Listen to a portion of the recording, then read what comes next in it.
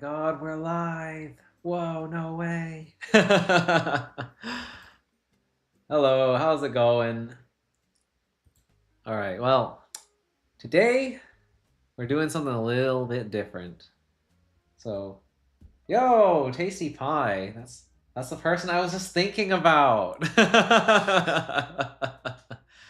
So yeah, these are the lean games that we've been chatting about on the Lockpick streams.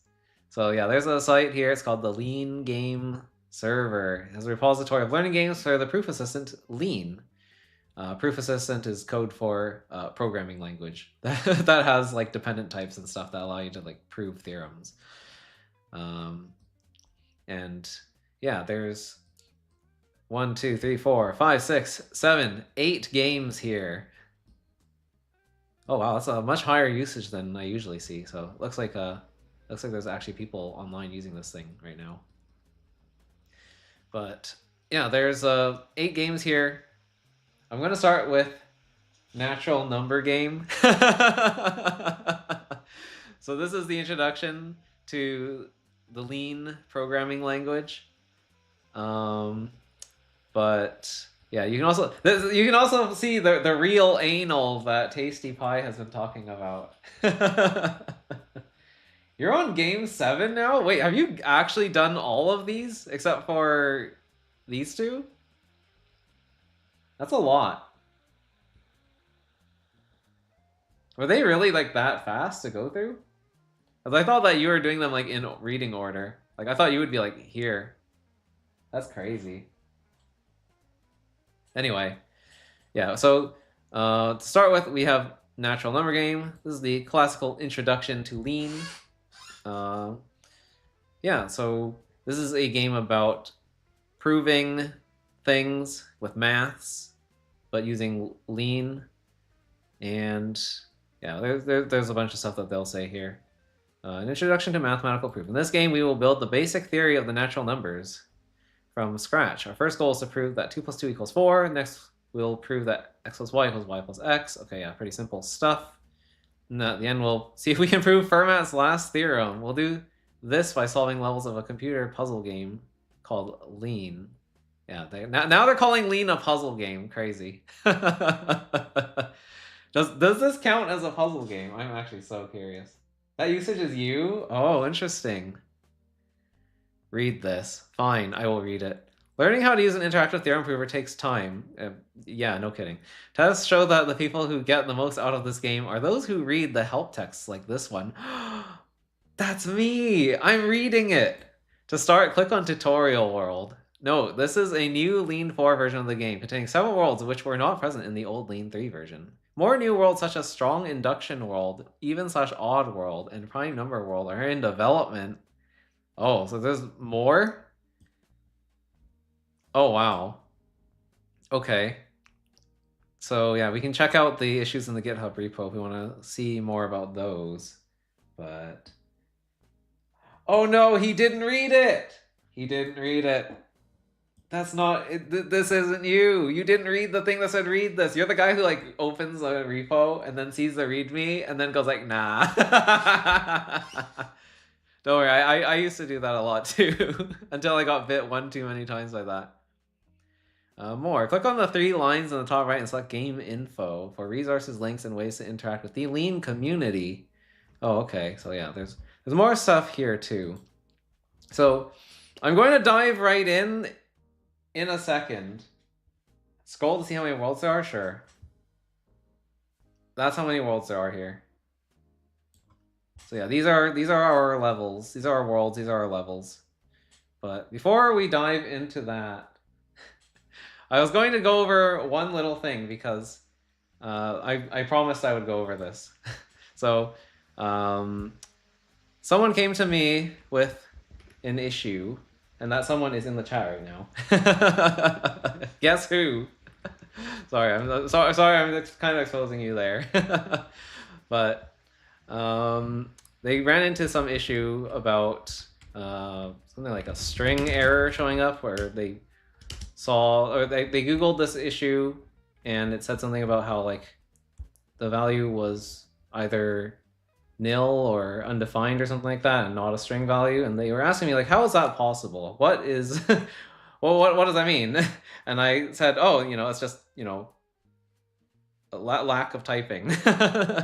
But yeah, they wanted me to explain this. So I'm going to try my best to explain a little bit about type systems real quick before we dive into natural number game. It's sort of related anyway. I was like, sure, I might as well talk about this on that stream because it's, sort of in the same ballpark.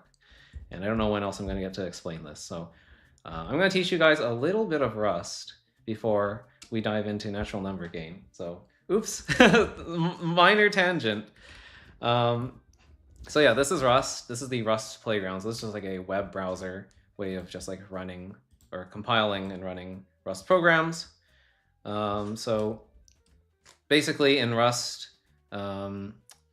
we have something called a type system. It's something that basically forces it so that whenever you write a program or like a function like this, so this is the syntax for writing a function. You just put an fn, as that's like a keyword, and then you give it a name, and then you give it a list of parameters, and then you can also give it a return type. So in this case, if I want to return an integer, I can give it like u32 to say I'm returning a 32-bit integer, and we could return that value here. So this is basically just like any other mathematical function, right? You could give it an argument if you wanted to. Like if we wanted to make this like square, we could just be like, okay, we'll take x, call it. So this is a variable. This is an argument called x, and this is the type of that variable. It's a u32. So these are the types that I was talking about. And if we wanted to actually make this square something, we could just say x times x. If we want to call that program, then we would just go into main. So main is the entry point of every program, well, every executable program that's written in Rust. And that's usually the main entry point in most programming languages. So if you're someone who's looking into writing code, or they want to write code in the future and they don't know anything about writing code, this is, usually you're going to be told to like write some kind of main function. They're going to tell you to like, oh, do like a print line hello world, something like this. And then you're going to run it, and then you're going to see hello world printed to your console. In this case, we're going to ignore that for a sec. We're going to call square here, and we're going to pass it a value. So we're going to give it 2. That's an integer. And that's going to give me a type mismatch. What? Oh, because, right, this... Okay, that's something that I don't want to talk about just yet. But yeah, there we go. We could give it an argument 2, and it's going to square that. You don't see anything being printed out because this function doesn't actually do anything. It evaluates this function call, but doesn't actually do anything with it. If we wanted to actually do something with it, then we could take the result of squaring this and store it in a variable. Let's call it result. And then we can just print that to the console like so. Do this. Yeah, these curly braces in the string kind of just let us interpolate the result into the string. And so yeah, now we can see 4, and if we wanted to give different values like 3, then it would square that and give us 9, right? So really basic stuff. So where that string error thing comes in is in the types. So what you were seeing was an error where something was taking a string. So you had some kind of function. I don't know what that function could be. It could be like foo. We'll give it a BS name like that. And maybe it was doing something like, I don't know, like, let's see. What kind of string operations does Rust actually have? I'm trying to think about that. It's a really silly one. How about like 2 upper or something like that? Do we have anything like that in here? We get like string.length. Yeah, we could do like string.length. That's fine. So we could take our string x and then return the length if we wanted to. That would be, I think a different kind of integer, so it should be a usize. There's different types of integers because like normally in other languages you might see something like int to return an integer. In Rust it's usize for technical reasons I don't really want to get into. Oops, I did not rename this correctly. Nor am I passing in a string. Hi, to string. So yeah, this will just return the length of that string. Hopefully that makes some amount of sense to you. You can't read? Oh wait, sorry, I'm reading the wrong comment. That's old. But yeah, functions in Rust and actually other programming languages that are statically typed will take arguments that have a type to them, which basically tells you what kind of valid values can be passed into that function. And then you can like operate on them. So here I can call x.len to get the length of the string that I pass in. I'm passing in hi, which is 2 letters long, and so I get 2 back. And so yeah, that's what foo is currently doing. And the thing is, in certain other languages, like if we were to talk about, say, Java, a string can also end up being null. So you could pass in a value called null, and that would basically call null.length, but a null isn't actually a string. So then that would like cause your program to crash at runtime. Rust doesn't do that because Rust type system is actually pretty cool. It actually doesn't make strings nullable by default. So yeah, that's the reason why you saw stuff like that. It's because someone tried to do an operation like calling .length on a string where somehow a null value got passed in. They were using a language where it was probably like a dynamically typed language or something with a much looser type system. But yeah, that's why you saw that error. So hopefully that clears things up. If you have questions, you can feel free to ask them in the chat. I can try and dig into this a little bit deeper. Maybe it'd be helpful if I also tried to like illustrate this in Paint or something. But I don't want to derail too much because we're here to play the natural number game. So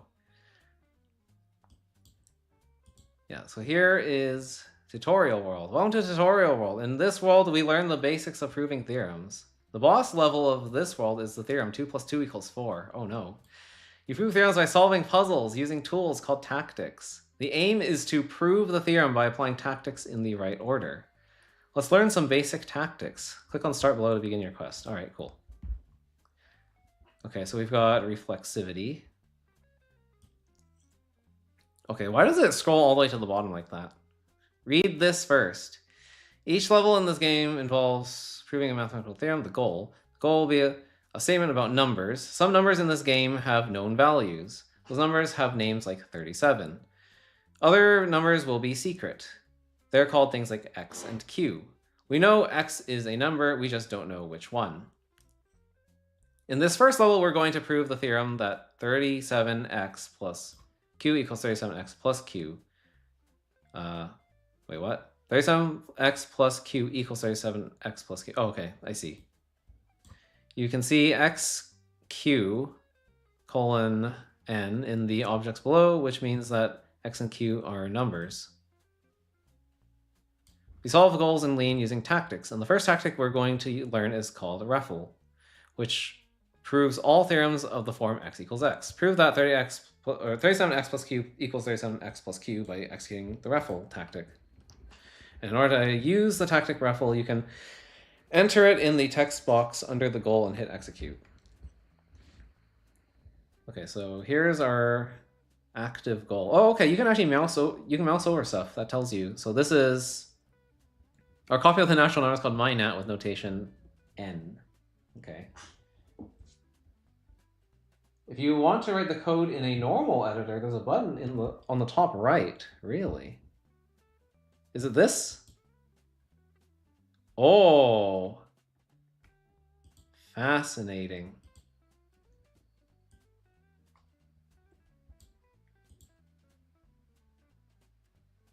So how does this work though? Did I just type REFL and that works? Level complete. I did it. Guys, I did. So what is this syntax? I see example. So is example looks like a function name. These look like arguments. So x and q would be the arguments, and they're both of type n, I'm guessing.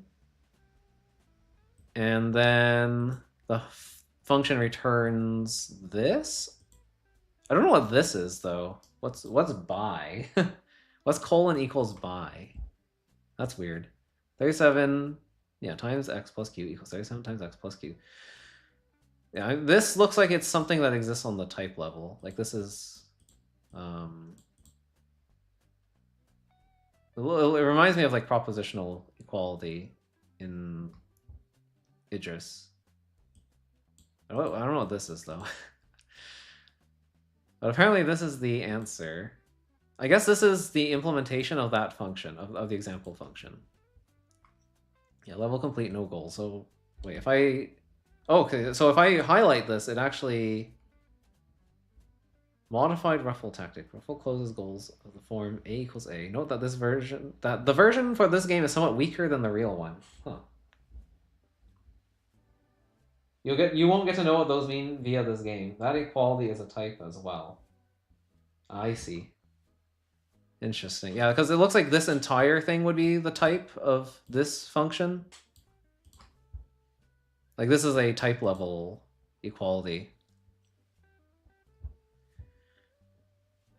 So yeah, one thing that separates theorem provers, or I guess proof assistants, from regular programming languages like Rust here is that in proof assistants, you can have values. You can put like variables here at the type level. So like in Rust, if I were to like put X here, this would like never compile. You would never be able to do something like this. But yeah, that's a valid type signature when you have dependent types. So it's a little bit mind-bending to have like types and values sort of at the same level, but that's kind of what separates the two. So yeah, this was the current goal. X, Q. Okay, so these are the objects. This was the goal. I see. I'm curious to know though, like why they have to use this colon equals by. That's interesting. Yeah, in order to use the tactic, you can enter it in the text box under the goal and hit execute, but I didn't need to do that because I'm in this like interactive mode, I guess. Type. So there's typewriter mode, and then there's editor mode. Interesting. Okay, so we learned a new tactic. Congratulations, you've completed your first verified proof. Remember that REFL is a tactic. If you ever want information about the REFL tactic, you can click on REFL in the list of tactics on the right. Okay, so this is like our Relief's Odyssey journal. It tells us what we already have learned and know. Now click on next to learn about the RW tactic. So this is rewrite, I have to assume. In this level, the goal is 2y equals 2 times x plus 7. But to help us, we have an assumption h, saying that y equals x plus 7. Okay, so that's just another argument. Check that you can see h in your list of assumptions. Lean thinks of h as being a secret proof of the assumption, rather like x is a secret number. What does that mean? What does it mean by secret proof? Check that you can see h in your list of assumptions. Is that down here? Is that over here? Okay, that's on this view. So the guides seem to be written for this view. I might just stick to this one for now. Because yeah, the assumptions are not listed here on this side. Yeah, they just tell us what our arguments are.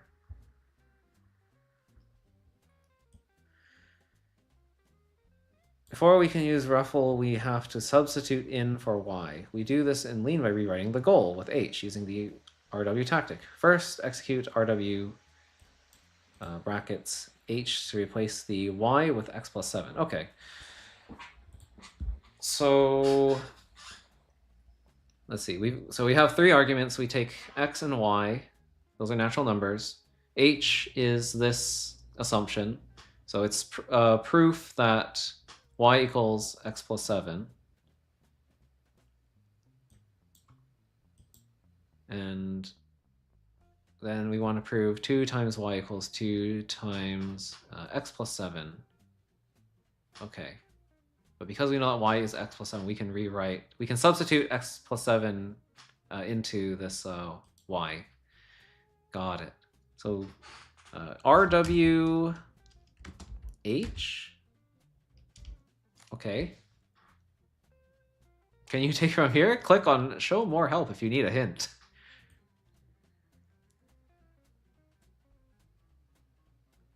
Okay, first execute RWH to replace the y with x plus 7. Okay.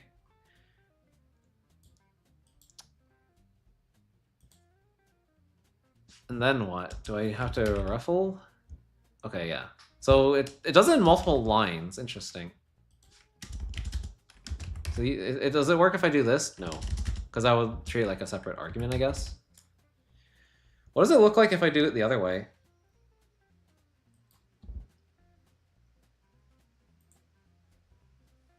I guess it's more like it requires me to do this first and then execute it. And then, okay, I see. And then it shows you the sub goal and then you can go from there. Right.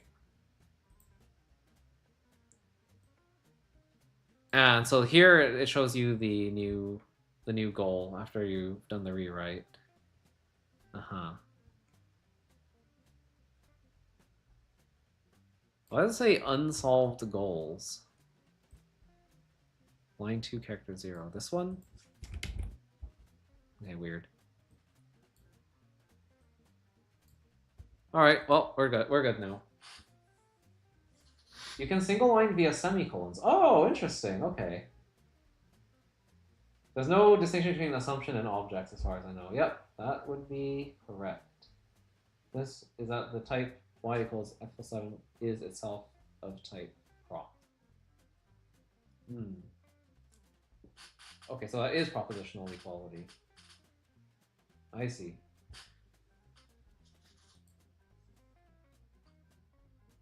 Yeah, so far this seems pretty similar to what I've done in Idris.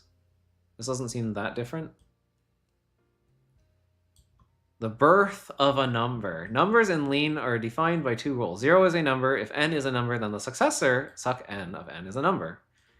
The successor of n means the number after n. Let's learn to count and name a few small numbers. Oh, they actually use 0. Interesting. I'm used to using like z. Like in Idris, it'd be like sz if you want to do successor of 0, and then you do like s of z if you wanted to make that like 2.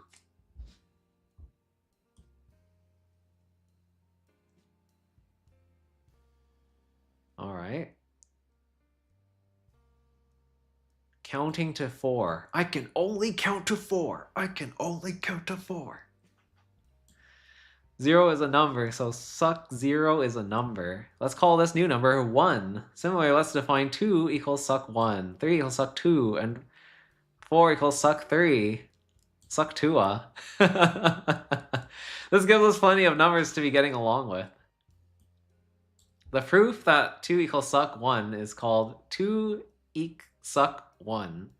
Check out the 0, 1, 2 tab in the list of lemmas on the right for this and other proofs. Let's prove that 2 is the number after 0. Start with rewrite 2 eq suc 1 to begin to break 2 down into its definition. Okay, so yeah, this is our goal. 2 equals, whoa, suc 0. Huh, that's interesting that you have to do this explicitly.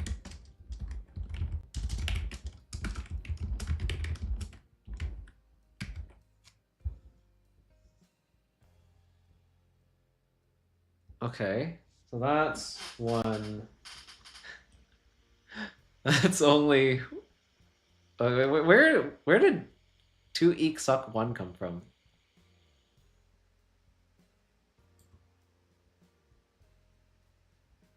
Check out the 0, 1, 2 tab in the list of lemmas on the right for this and other proofs. Where? Is it here? Oh, here we go. Oh, weird. Huh. See, like, normally, if you were to do this in, like, Idris, it would, like, automatically normalize this. So you could just refill this. You would never have to rewrite. At least I'm pretty sure that's how it would work in Idris.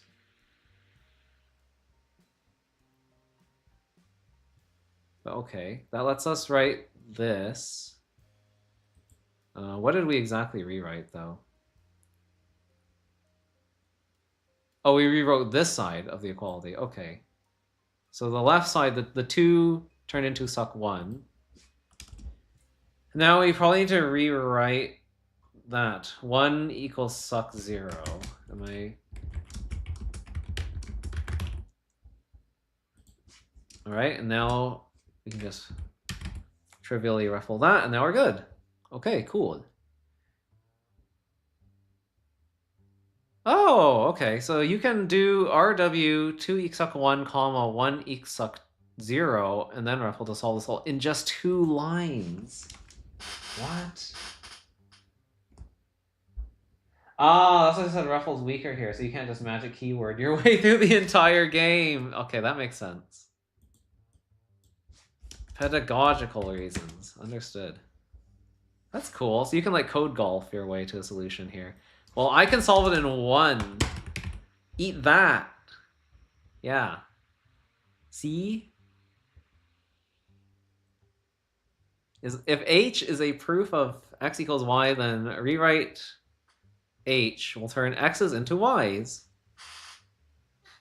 Okay, yeah. So it replaces left with the right side. But what if we want to turn y's into x's? To tell the rewrite tactic we want this, we use a left arrow, type \L, and then hit spacebar to get this arrow. Oh, interesting. This is the problem with Agda, by the way, a different proof assistant, is that they are like, yeah, you're going to need these symbols like this, except if you want to be able to like easily work with the language at all, you have to use Emacs. And I was like, I don't know Emacs though. And they're like, well, too bad. Learn Emacs. So like, I never got into Agda because of that. I'm more of a Vim guy. Okay, let's not type things. Let's prove that 2 is the number after the number, or after the number after 0 again. This time by changing suck 0 into 2. All right, so we're changing this side now. So try RW, and then I guess \L. Okay, there we go. 1 equals suck 0. To change suck 0 into a 1. Now can you change the goal into 2 equals 2? Sure. I could probably do it in 1 line even, if I had to guess. I could probably do 2 equals suck 1. Okay, and then we can... Wait, what if I... Oh no, that's in rewrite, so I wouldn't be able to do that, but I could do this, and then win. Okay. That's how you, like,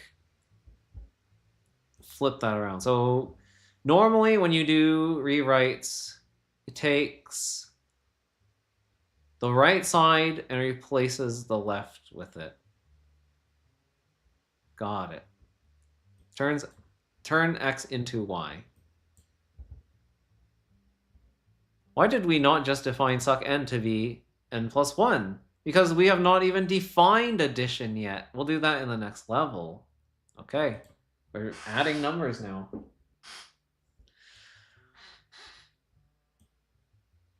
This is still world 1, right? We'd like to prove 2 plus 2 equals 4, but right now we can't even state it because we haven't yet defined addition. Defining addition. How are we going to add 37 to an arbitrary number x? Well, there are only two ways to make numbers in this game. 0 and successors. So to define 37 plus x, we need to know what 37 plus 0 is and what 37 plus successor of x is. Let's start with adding 0. Okay, adding 0. To make addition agree with our intuition, we should define 37 plus 0 to be 37. More generally, we should define a plus 0 to be a for any number a. The name of this proof in Lean is add 0a. Oh, here it is. So they actually like automatically bring me to that. For example, add 0 37 is a proof of 37 plus 0 equals 37. Add 0x is a proof of x plus 0 equals x. And add 0 is a proof of question mark plus 0 equals question mark. All right. Cool. We write add 0 x plus 0 equals x. So proof colon statement. Interesting.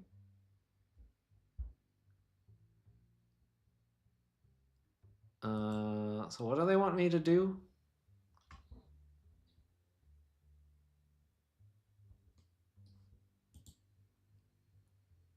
Okay, so this is my goal. Got it, okay. So we want to rewrite these b plus 0 and c plus 0s into b and c. Okay, no, yeah, no, there is a goal on this side. Why was that not showing up earlier? I swear that wasn't there. RW add 0 will change b plus 0 into b. Okay? Will do. Add 0.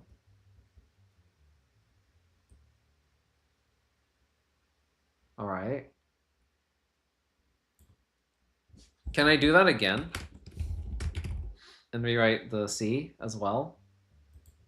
Interesting. So I guess it tries to do the substitutions from like left to right. Sometimes the editor will bug out a bit and show the goal. And not show the goal, I see. There are annoying bugs with the typewriter mode. Ah, I see. So that's all you have to do for this. That's interesting that I can just do this like twice in a row and like it just automatically knows to rewrite this one and then rewrite this one. Okay. In the last level, there was b plus 0 and c plus 0, and RW add 0 changed the first one it saw, which was b plus 0. Let's learn how to tell Lean to change c plus 0 first by giving add 0 an explicit input. Ah, okay. So now we're doing the same thing, but different. Wait, what if we just did this again? They don't like that. Oh, they don't like that! Why is that? Oh, because I have to semicolon that. Do they like this? I cheated! There's cheating involved.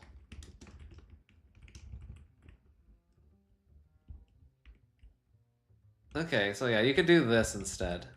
I guess you could be explicit here as well. Interesting. So it looks to me like they have implicit arguments for these tactics. Because like you can just omit this and it just automatically decides to find one. Okay. Let's now learn about Peano's second axiom for addition, add suck. It'll pattern match in the goal, essentially. Every number in Lean is either 0 or a successor. We know how to add 0, but we need to figure out how to add successors. Let's say we already know that 37 plus d equals q. What should the answer to 37 plus suck d be? Well, suck d is 1 bigger than d. So 37 plus suck d should be suck q. The number one bigger than q, okay. More generally, x plus suck d should be suck x plus d. Let's add this as a lemma. Okay, is that in my lemmas? Do I have a lemma for this? Yes, it's this one, add suck. Okay, so this one takes 2 arguments.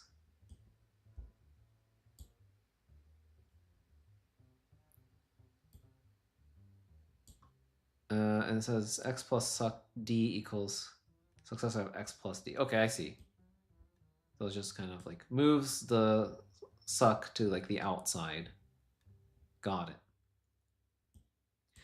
If you ever see ... plus suck ... in your goal, rewrite add suck is normally a good idea. Let's now prove that suck n equals n plus 1. Figure out how to get plus suck into the picture, and then rewrite add suck. Switch between the plus addition and 0, 1, 2 numerals tab under theorems on the right to see which proofs you can rewrite. Start by unraveling the 1. Okay, so to unravel the 1, that requires me to use this thing, right? 1 equals suck 0.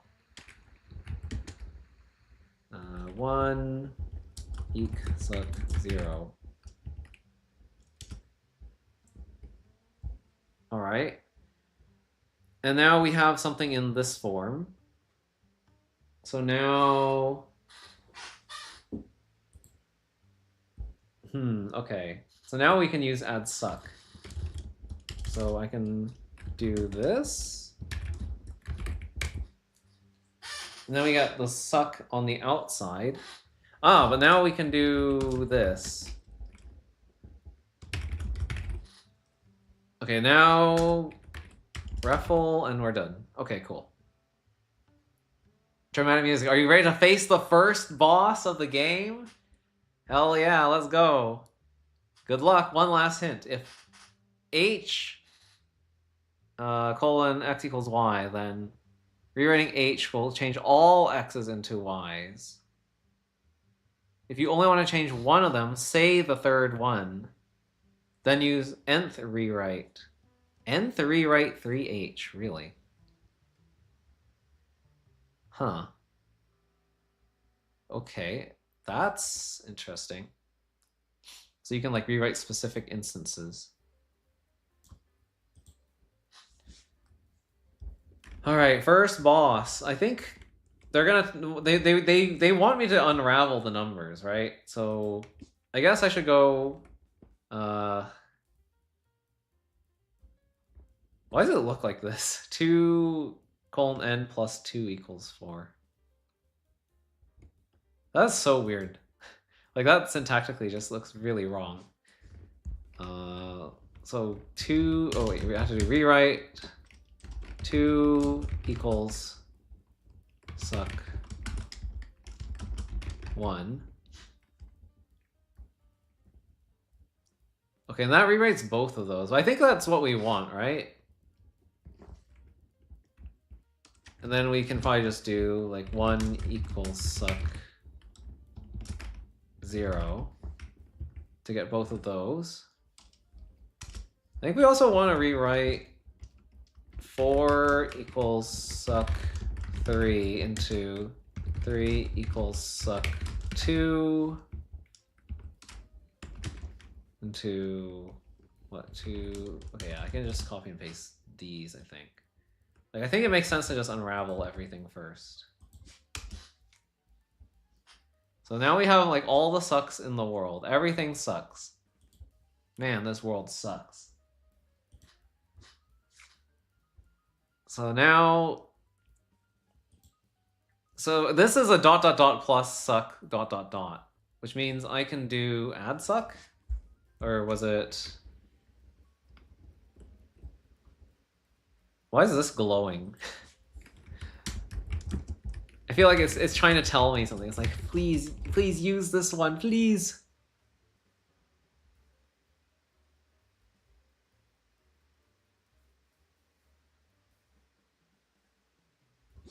No, I don't think that's right. That doesn't seem right to me. I think it was it add suck? It was add suck, right? Yeah, that is suck 0 plus suck 0.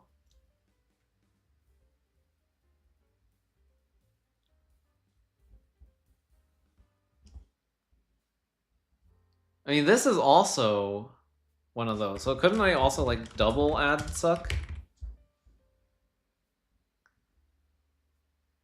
Yes. And then I can add 0. Okay, and now I think we're good, right? Then I just ruffle? And we're good. Okay, I did it. Yay, I beat the first boss! I think it's just new. It's just what you proved last level. Oh, okay, so that's what purple means. Here's an example proof of 2 plus 2 equals 4 showing off various techniques. Oh, so they did an nth rewrite. Nth rewrite 2. Only change the second 2 to suck 1. Okay, can you stop? Stop pulling me downward. Only change the second 2 to suck 1. And then they do add suck. And then they do 1 equals suck 0. Okay. Interesting. Optional extra. You can run this proof yourself. Switch the game into editor mode. I've done that. You can now see your proof written as several lines of code. Move your cursor between lines to see the goal. Stay at any point. Oh, okay, I see. Ah, that's cool. Now cut and paste your code elsewhere if you want to save it, and paste the above proof in instead. Move your cursor around to investigate. When you finish, click the button in the top right to move back to typewriter mode. We're not going back to typewriter mode, sorry. And we finished tutorial world. That was just the tutorial. Hooray. Tutorial boss defeated. Okay, then we need to go to addition world, where we'll learn about induction. Okay. So I guess we can take a look at this. I don't really care. I'm not too attached to this proof. So let's see. What did they do? Okay, so they changed the second 2 into suck 1. Then they did an add suck to get 2 plus 1. Then they turn this 1 into a 0, or sorry, a suck 0. And then they rewrite. What did they do? They did add suck to pull that out, and then they get 2 plus 0 on the inside. Then they didn't add 0 to get suck 2. This changes suck 3 and oh, okay. So they change suck 2 into suck 3, and then into 4 equals 4. Got it. Huh, that's an interesting way of going about that, but okay, I get it. Cool. We did it. Click leave world. Where's leave world? Is it just home? Yeah, it's just home. Okay, so I guess that text is probably outdated. They probably changed that, and they kind of forgot to do that. Rules. Regular, relaxed, none? What does this mean? Oh, you can skip levels?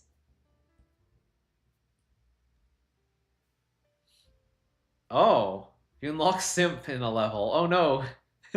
We have unlocked the simps. We have unlocked the power of simping.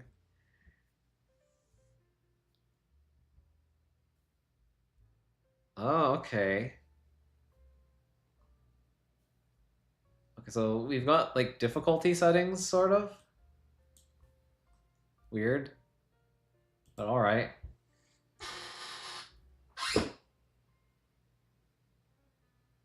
Yeah, they have avoided unfolding the first 2. That's kind of interesting. Alright, we're in addition world. In this world, we'll learn the induction tactic. This will enable us to defeat the boss level of this world, namely x plus y equals y plus x. The tactics RW, rewrite, raffle, and induction are the only tactics you need to beat all the levels in addition world, multiplication world, and power world. Power world contains the final boss? Really? Okay. There are plenty more tactics in this game, but you'll only need to know them if you want to explore the game further. For example, if you decide to 100% the game, well, we have to go for 100%, right? Like, come on. We're not here to any percent. We're going for 100%. That was always the original intention with this series. In this level, we're going to prove that 0 plus n equals n, where n is a secret natural number. Wait, don't we already know that? No. We know that n plus 0 equals n, but let's add 0. This is 0 add, which is different. That's different. Okay, so what's the difference? The difference is that this is n plus 0. This one's 0 plus n. The difficulty with proving 0 plus n equals n is that we do not have a formula for 0 plus n in general. We can only use add 0 and add suck once we know whether n is 0 or a successor. The induction tactic splits into these two cases. Okay, so...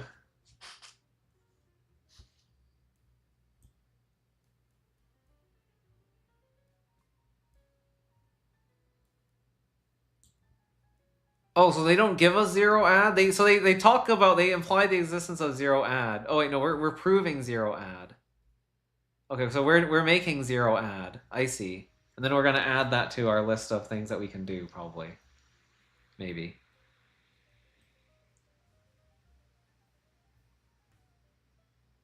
Alright, the base case will require us to prove that 0 plus 0 equals 0. And the inductive step will ask us to show if 0 plus d equals d. Then 0 plus suck d equals suck d, because 0 and successor are the only way to make numbers. This will cover all the cases. See if you can do your first induction proof in lean. Okay. Start the proof by induction on n by typing induction n with d hd.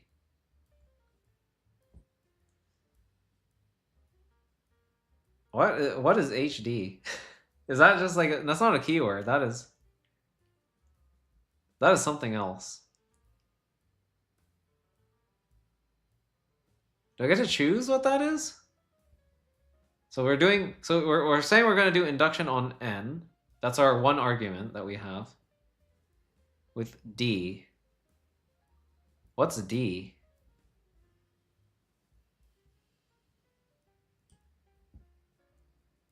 I guess these are names that we're defining.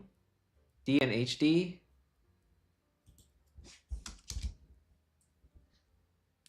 Okay, I guess I can see it from here. So yeah, it starts with 0. Starts with 0 plus n equals n.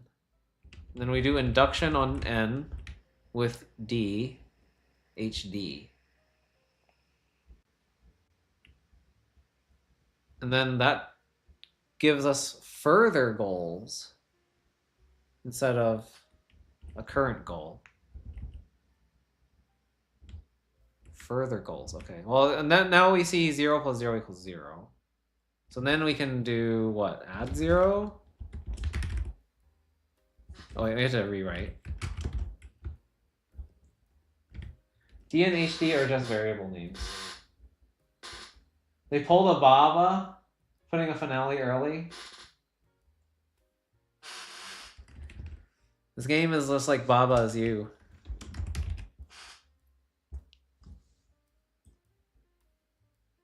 Wait, how is that wrong? Oh, because it's not comma, it's semicolon, right? Okay. So I've done that now, I think, right? Like we're good. So okay, let me read this. Oh, so there was a thing that popped up at some point. It says now you have 2 goals. Once you've proved the first, you'll jump to the second one. This first goal is the base case, n equals 0. Wait, when did that show up? Here? I guess that's these, right? N equals 0. Recall you can rewrite the proof of any lemma which is visible in your inventory, or of any assumption displayed above the goal as long as it is of the form x equals y.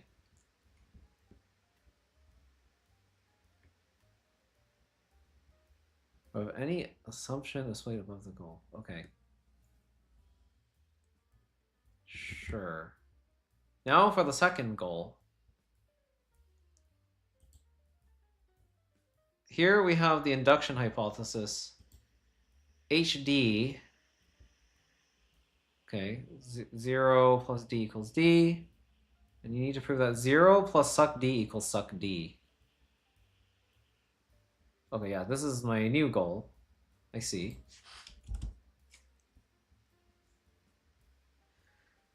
Uh,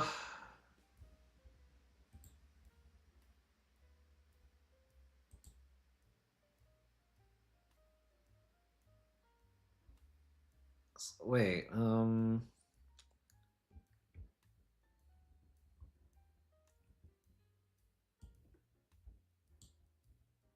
Okay, so this is my induction hypothesis. 0 plus d equals d.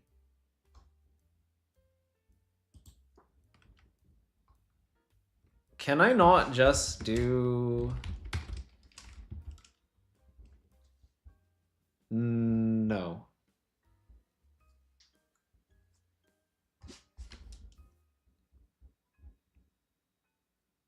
Right, yeah. No, that makes sense. Wait, how do I get this, though?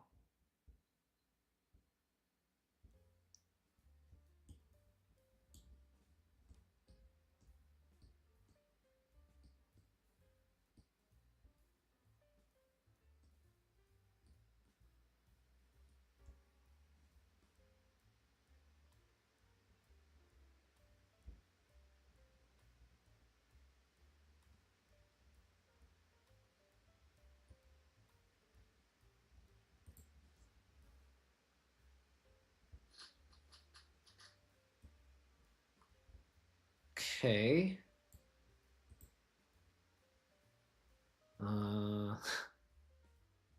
0 plus suck d equals suck d.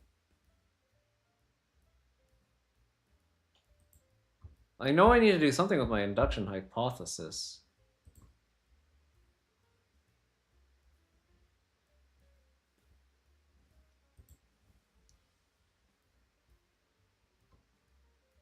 Okay, is there... So what was this? Suck add 1.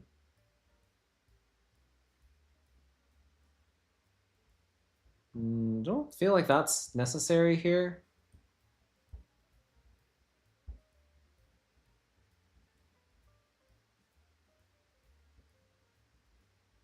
So if 0 plus d equals d, then 0 plus suck d equals suck d.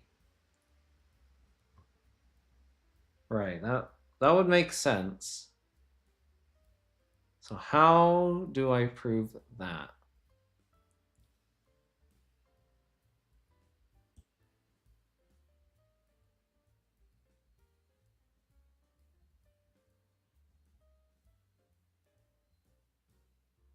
Okay, if I'm using rewrite, it turns left into right.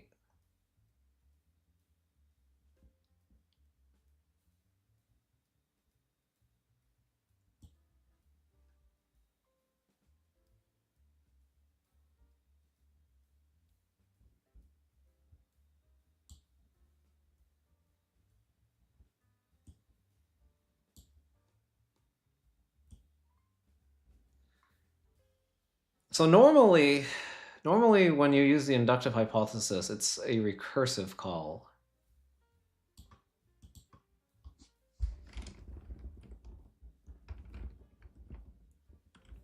But the way that this is formatted, it doesn't look like a recursive call to me. Like, it doesn't look like I can actually do like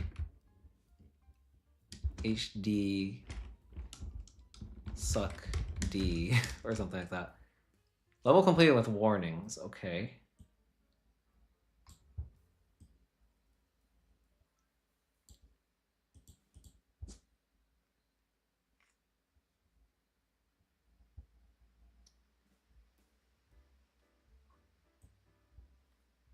So that apparently is bad. So like I like kind of did it right, but also they didn't like that.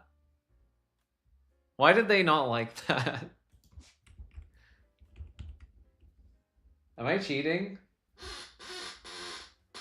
HD only applies to the case where n equals d.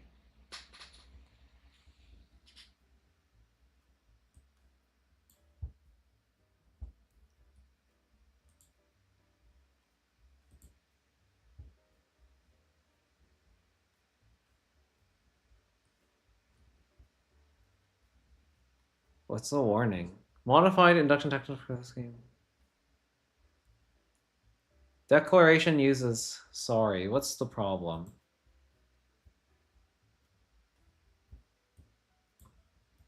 Declaration uses sorry? I feel like I cheated and it doesn't like that. I feel like doing this was cheating. And they said no, bad. Is there something I should have done different? Like I'm guessing yeah.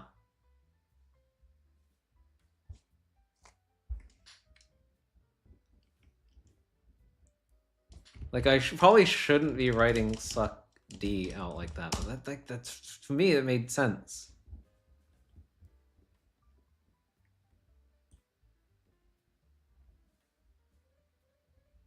So I guess they just don't want me to do that.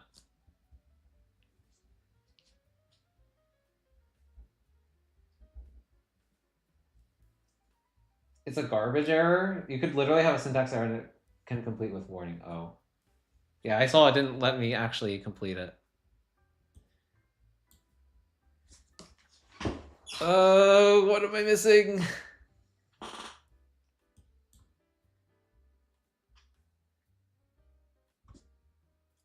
Well, yeah, of course you're not going to find 0 plus D in that expression.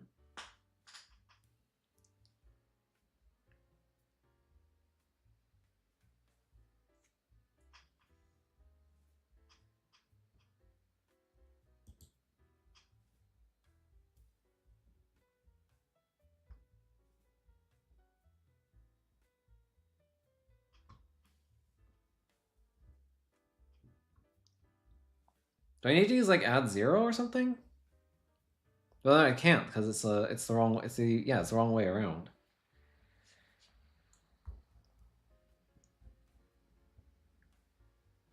Is there a way I can like add a successor to both sides?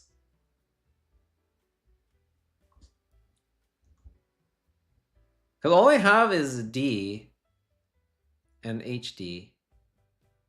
Those are my objects that they've given me.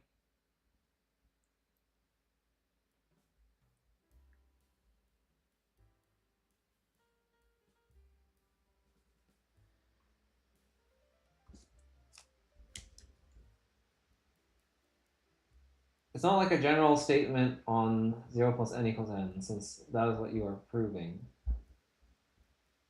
Think of HD as a normal statement of equality. It's nothing special.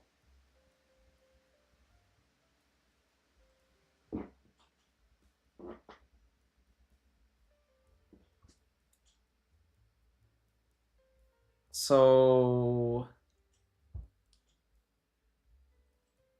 like this D is the same as this D, right?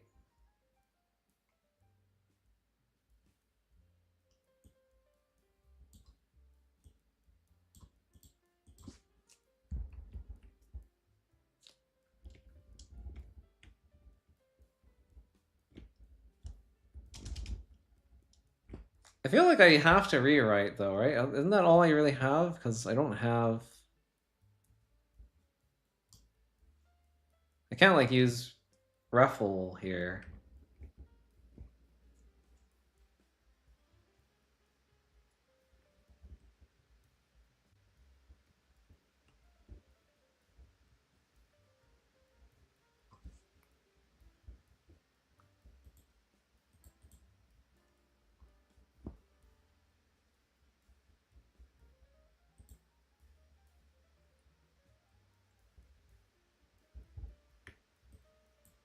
Okay, I'm gonna take a hint. Use add suck. Really? Oh, they're right. There is a... Oh, I forgot about that.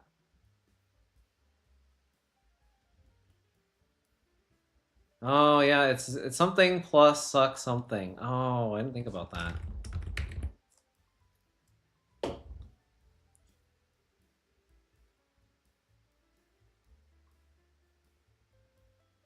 Okay, at this point, you can see term 0 plus D. So you can use the induction hypothesis with rewrite HD. Okay, I see.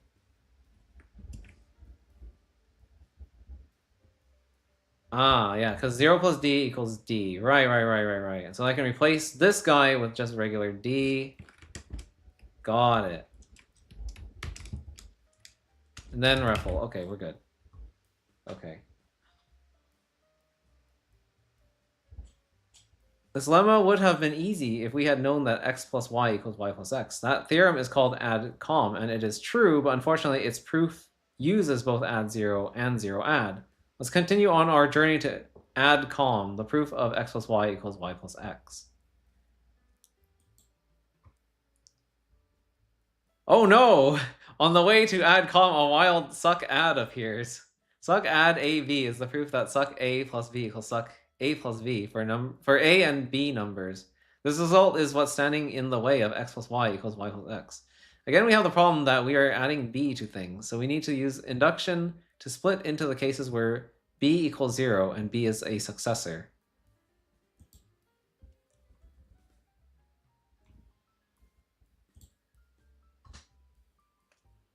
Okay, so suck add is what we're trying to prove now. Okay, theorem. For all natural numbers a, b, we have successor of a plus b equals the successor of a plus b. Okay, that sounds similar to add suck.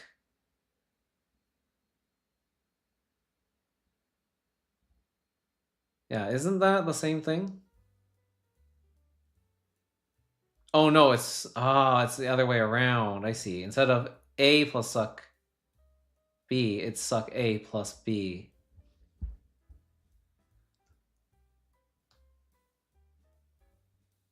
Okay, so suck add ab is the proof that this is that for a and b. This result is standing in the way of that. Okay.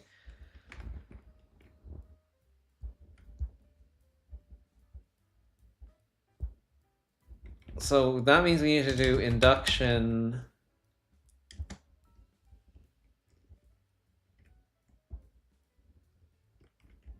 on B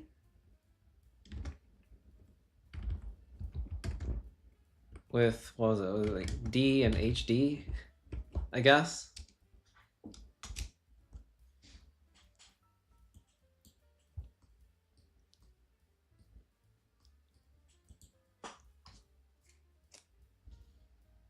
Further goals. Oh, there's more stuff here.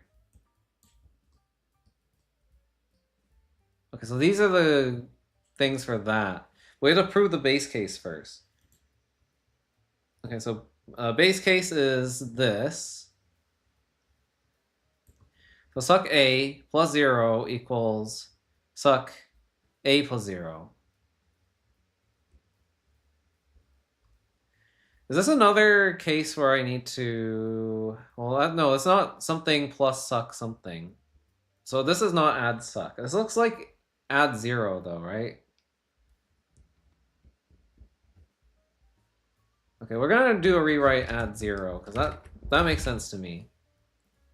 And then we're gonna do it again because I have another one on the right side. And now I can ruffle that, and that's the base case done. Okay. Note that successor a plus d means suck a plus d. Put your cursor on any suck in the goal or assumptions to see what exactly it's eating.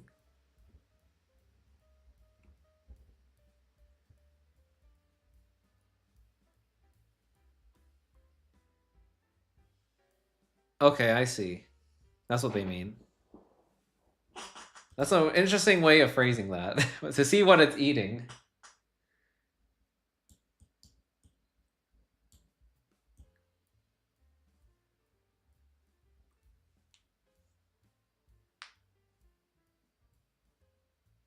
All right, so now we have to do suck a plus suck d equals suck a plus d. So... Oh, I'm assuming I have to do some kind of rewrite here. Wait, I can do... I could do add suck here. But do I want to do that? I mean, there's another one here, so yeah, like, why wouldn't I want to do that? Okay, yeah, there we go. Sort of. Oh, no, because this... Okay, so this suck...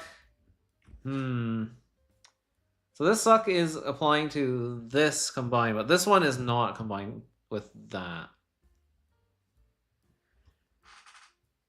But I haven't used my induction hypothesis yet either. Ah, and that's what this is for. Okay, there we go. So and then I put HD in here, and now that works. There we go. Raffle, level complete. Now we can tackle the boss. Okay, cool. Boss battle music. Look in your inventory to see the fruits you have available. These should be enough. Okay, so add column. On the set of natural numbers, addition is commutative. In other words, if A and B are arbitrary natural numbers, then A plus B equals B plus A. All right, so that's the goal. That's what we have to do. I'm guessing, well, they said I need to use induction, right? So like I want to start opening move in induction B with DHD. Let's just do that. I feel like that makes sense. Now we have base case A plus 0 equals 0 plus A. So how do we prove that? Okay, so I guess A plus 0 could just be... Oh, we also have 0 add. Okay, we have add 0 and we have 0 add now. Okay, now we have both of those. We can just rewrite with both of them. So we add 0 and then 0 add. Okay, there we go. And then raffle that. Okay, that makes sense. And now we have this. We have add suck and suck add. Is that helpful here? I think add suck is... It looks like this one. Yeah, so I think we want to do like an add suck. And then suck add. Yes, okay. To replace the right-hand side. Okay, and then we can raffle, and then we're good. No, wait, I haven't used my... Oh, okay, but then I haven't used my induction hypothesis. There we go, okay, so now I do this. And now that rewrites you, so I can raffle. And now we're done. Okay, cool. Easy. All right, no problem. I thought that was the final boss of this world. Why is there more? We've been adding up to 2 numbers. In this level, we will add up 3. Was that just like a mini boss? What does x plus y plus z mean? It could either mean x plus y plus z, or it could mean x plus y plus z. In lean, x plus y plus z means x plus y plus z. All right? So it associates to the left. So, but why do we care which one it means? X plus y plus z and x plus y plus z are equal. That's true, but we didn't prove it yet. And now we will prove it by induction. Remember that when lean writes a plus b plus c, it means a plus b plus c. If you are not sure where the brackets are in an expression, just hover your cursor over it and look at what gets highlighted. For example, hover over both plus symbols on the left side of the goal and you'll see where the invisible brackets are. Both plus symbols, huh? Oh, over here. Okay, I see. Got you.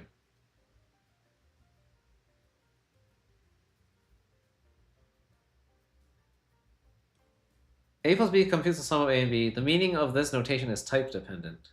Interesting.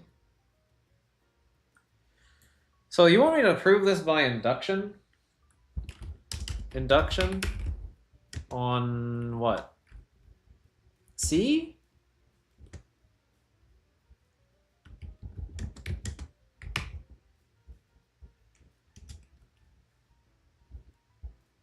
Is that right?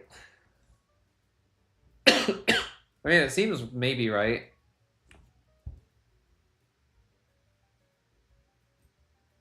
Okay, so we have to do the base case first. We have a b plus 0. I guess I could do add 0. Can I do that? Let's do rewrite add 0. Okay, and that got rid of u. Can I do the same for the other side? Is it also an add 0? Yes. And now I can just ruffle that. Okay, that's actually really easy. Okay, but now we get to this one. A plus B plus suck D equals A plus B plus suck D. So this looks like an add. No, what is it called? Add suck. Okay, we're gonna do add suck. Wait, I can just add suck again because there's another one on the right side. And then we can do add suck a third time. Okay, yeah. And then we rewrite with the induction hypothesis. Yes, and then we ruffle. Okay. Easy. Okay, cool. A passing mathematician congratulates you on proving that naturals are an additive commutative monoid. Okay. What? Where's my passing mathematician in the chat to to congratulate me? Let's practice using add assoc and add com in one more level before we leave Addition World.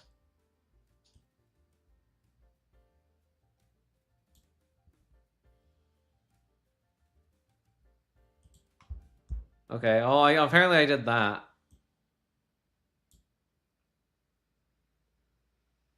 Add com BC is a proof that B plus C equals C plus B. But if your goal is A plus B plus C equals A plus C plus B, then rewrite add com BC will not work because the goal means A plus B plus C equals A plus C plus B. So there is no B plus C term directly in the goal. I see. So I need to like rewrite it into a form where I can add com. Use associativity and commutativity to prove add right com. You don't need induction. Oh, okay. Add assoc moves brackets around. Add com moves variables around. Okay, cool. So what does add assoc do again? It moves these parentheses around to the other side, right? Okay, I see what to do. So I need to rewrite add assoc. Wait, was this? Remember that you can do more targeted rewrites by adding explicit variables as inputs to theorems. For example, rewrite add com B will only do rewrites of the form B plus question mark equals question mark plus B. Rewrite add com BC will only do rewrites of the form B plus C equals C plus B. Okay, I see. Gotcha. But if I do the add assoc first, and then I do another add assoc, I think. Yeah, there we go. So now we have the B plus C and the C plus B. So now I can do add com. And I should get the wrong thing. Okay, so now here's where I need to actually target things. Okay, I see. So this is where targeting comes in. You're not that guy. I guess you're not the local resident mathematician that we have around here. Where's Imaginatory? He did come by to earlier to congratulate me on graduating from Lockpick. We need that guy. Okay, so now I can BC. Okay, yeah, and that works because then I can just ruffle. Oh. The targeting is kind of interesting. So if I don't do that, what was it doing before? It was doing like add com and then Oh, it moves that entire BC. It swaps that with the A. I see. So it applied it to the wrong area. That's why you have to add com BC and then ruffle. Okay, I see. You've now seen all the tactics you need to beat the final boss of the game. You can begin the journey towards this boss by entering Multiplication World. Or you can go off the beaten track and learn some new tactics in Implication World. These tactics let you prove more facts about addition, such as how to deduce a equals 0 from x plus a equals x. Okay, cool, cool, cool, cool. Let's go to... Well, isn't the final boss down here? Probably, I would imagine. I guess they said Multiplication World is on the path there. But the worlds converge. Implication World also goes to here and then goes to here. Or are these like prerequisites? Doesn't seem like that makes much sense. I'm gonna go here. Screw it. We're not any percenters. We're 100%ers. We've proved that 2 plus 2 equals 4 in Implication World. We'll learn how to prove 2 plus 2 does not equal 5. Okay, interesting. In Addition World, we proved equalities like x plus y equals y plus x. In this second tutorial world, we'll learn some new tactics, enabling us to prove implications like x plus 1 equals 4 implies x equals 3. We'll also learn 2 new fundamental facts about natural numbers, which Peano introduced as axioms. Oh, okay. This is exciting. This is new, I think. I don't think I've done stuff like this before in Idris. In this world, we'll learn how to prove theorems of the form P implies Q. In other words, how to prove theorems of the form if P is Q, then Q is true. To do that, we need to learn some more tactics. The exact tactic can be used to close a goal, which is exactly one of the hypotheses. It takes the name of the hypothesis as argument, exact H. Exact. Okay. The goal in this level is one of our hypotheses. Solve the goal by executing exact H1.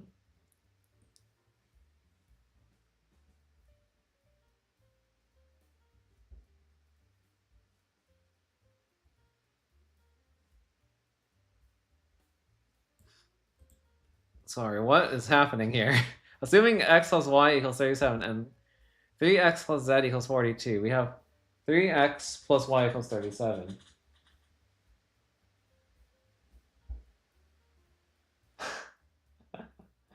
Those theorems are functions on variables. Oh, okay. They said the final boss was in Power World. Oh.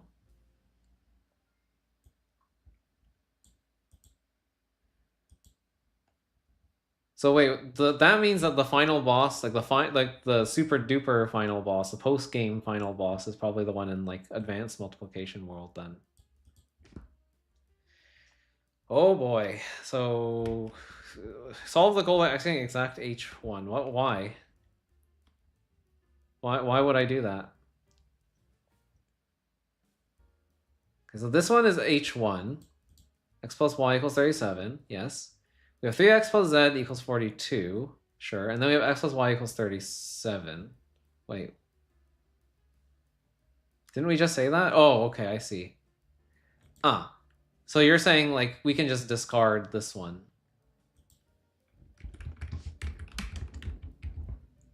That's so weird. Okay. So we just gave it the assumption that we got. All right.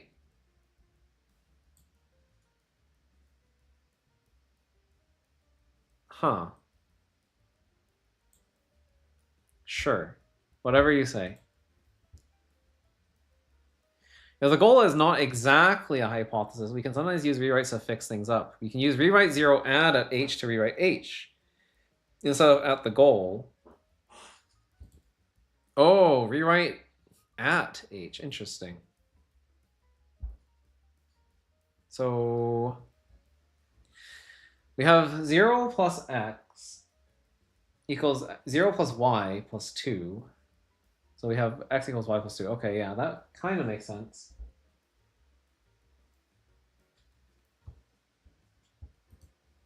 Because the goal is exactly the same in H1. I see. Rewrite 0, add at H. Rewrite H instead of the goal. Wait, it's not rewrite, it's RW. RW 0, add at. Wait, no, it's here. At H. Is that really all there is to do?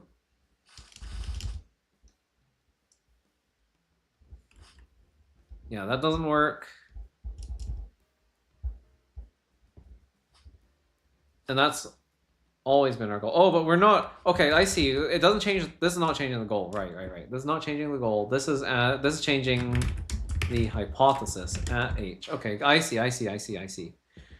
Got it. And then we need to chain this with another one. So if I do another rewrite. Oh, what can I? Okay, well now I'm wondering, can I do this? Can I do this twice? Yeah, I can. Okay, I see. So I can do that twice in one block. Now you could finish with RWH, then ruffle, but exact H does it in one line. Why can't I just ruffle? Oh, no, I can't just ruffle. Okay, I see. Yeah. Okay, I understand. Gotcha. So now I can just exact H. Fascinating. Here's a 2-line proof. Repeat. RW 0 add at H. Exact H. Does repeat just basically do the same thing that I just did here? I think that is basically what that is. What does repeat do? I'm kind of curious. Okay, repeat. Okay, but now there's a problem.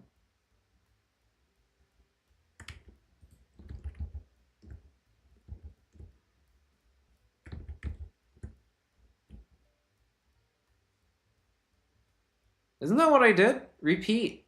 Yeah, repeat RW. I thought that's what I typed, isn't it? Repeat RW, 0 add, at H, and then exact H. Repeat, 0 add, at H, exact H. Why is that bad? Why is it not like that? Is this a bug? Is this broken? No, that one worked. What? Huh? So wait, this is a case where I can't semicolon. I just discovered a broken puzzle in game 7. Oh, that sucks. Why does this not work? What is wrong with repeat? So it likes it when it's in 2 lines, but it doesn't like it when it's in 1 line. Repeat RW 0 add at H. What the hell?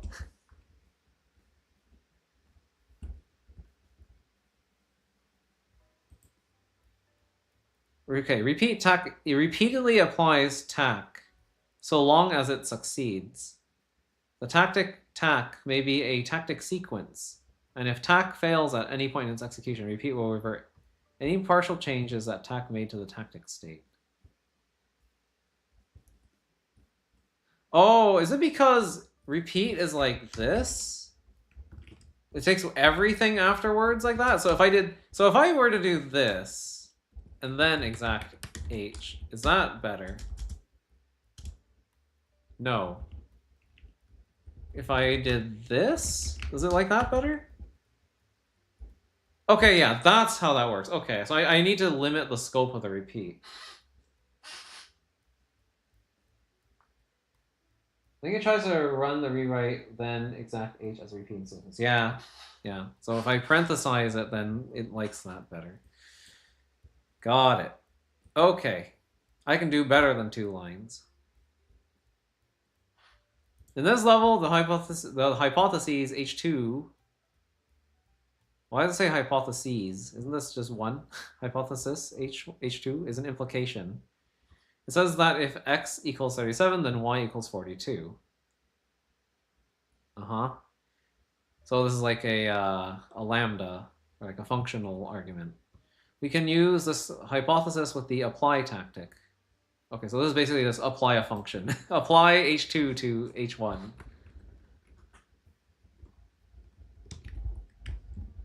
So with apply h2 at h1. This will change h1 to y equals 42. Uh-huh.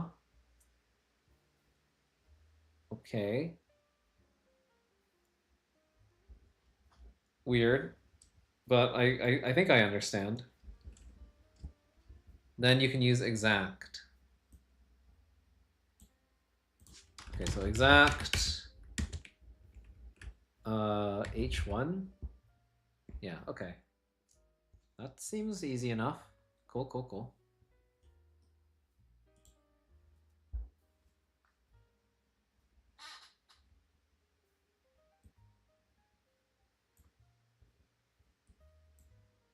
If A and B are numbers, then suck ing AB is a proof that suck A equals suck B implies A equals B.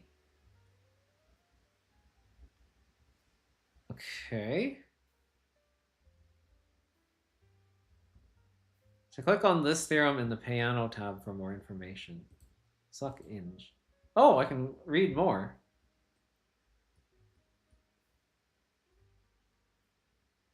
Okay.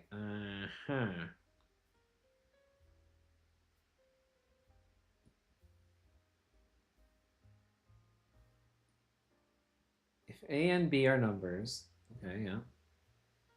There are other ways to think about suck_ing. You can think about suck_ing itself as a function that takes two numbers, A and B, as input, and outputs a proof of suck A equals suck B implies A equals B.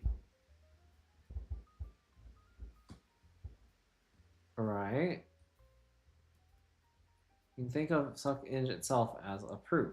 It is the proof that suck is an injective function.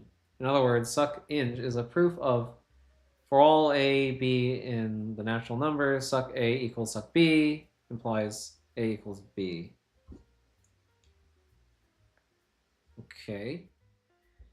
Suck_ing was postulated as an axiom by Peano, but in Lean it can be proved using pred, a mathematically pathological function. I don't know what that means, but sure. Peano had this theorem as an axiom, but in algorithm world, we will show how to prove it in Lean. Right now, let's just assume it, and let's prove x plus 1 equals 4 using, or implies x equals 3 using it. Again, we will proceed by manipulating our hypothesis until it becomes the goal.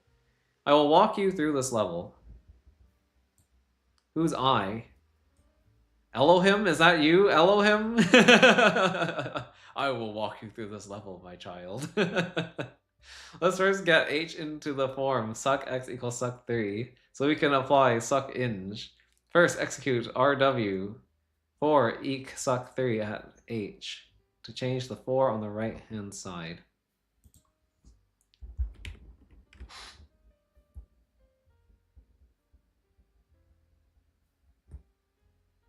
Oh, you could actually write exact h2, h1? Dang. Yeah, it's John Lean himself. He's talking to me.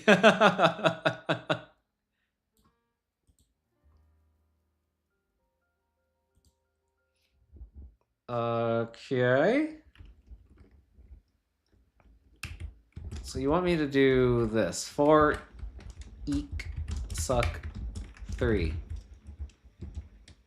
at h. All right. Okay, we're rewriting stuff in hypotheses.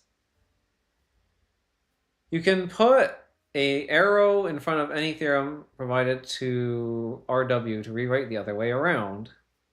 Look up the docs for RW for an explanation. Yeah, I know about that. Type left arrow with \L.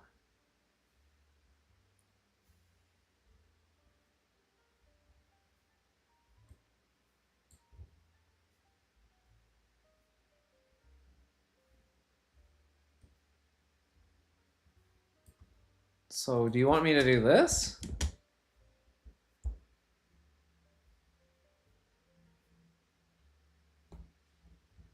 Or no?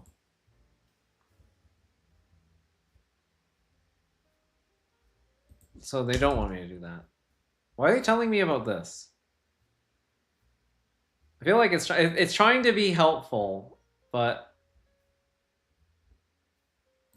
I need to understand what I'm doing first.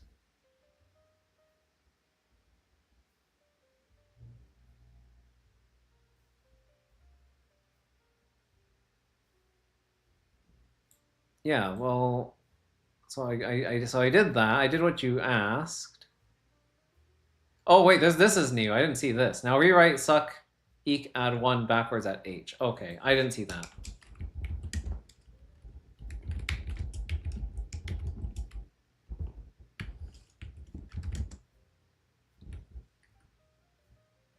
Ah, but we want it on the other side, so that's backslash L for that to get that. Got it.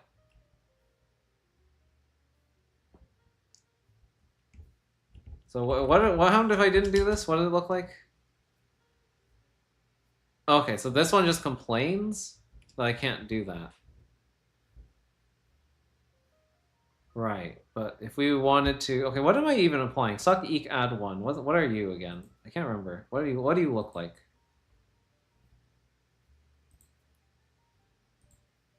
You're this one. Suck n equals n plus 1. Right, and it turns left side into right, but we didn't really want to turn that into that. We want to turn this n plus 1 into suck x. Okay, I see. That's why we do the left arrow. Getting used to the controls, because I kind of forget these things. Okay, now let's apply our new theorem. Execute apply suck ing at h to change h to a proof of x equals 3. Apply suck ing at h. And what?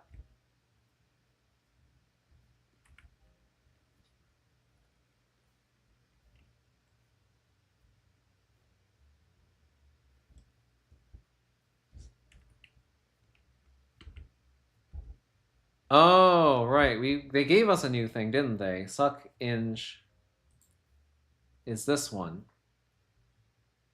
The one that takes the successor on both sides and then removes it. That's what this is doing. Okay, and then I can exact, right? I can now exact h. There we go. Okay, cool. In the next level, we'll do the same proof, but backwards? Why? Why backwards? In the last level, we manipulated the hypothesis x plus 1 equals 4 until it became the goal, x equals 3. In this level, we'll manipulate the goal until it becomes our hypothesis. In other words, we will argue backwards. The apply tactic can do this too. Apply. Oh yeah, this guy. What does apply do again? Right, it takes this is like a modus ponens, right? Right. Then you can change h into a q. Right. Okie dokie, I get that. What are we doing? Again, I will walk you through this one, assuming you're in command line mode. Command line mode? I'm in this mode, it doesn't matter. Start with apply suck ing to apply suck ing to the goal. Okay.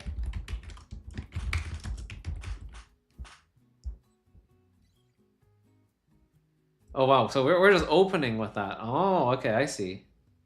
So we go directly to this.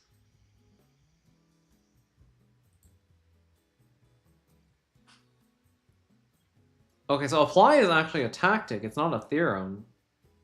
Right, I guess that makes sense. It's like one of the keyword.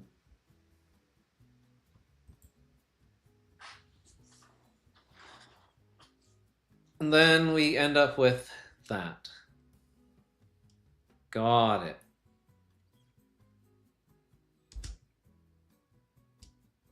So applying a proof of P implies Q to the goal changes Q to P. That's weird. Right, because it was x equals 3, and now we transformed it into suck x equals suck 3. Now try rewrite suck eq add 1 to make the goal more like the hypothesis. Okay.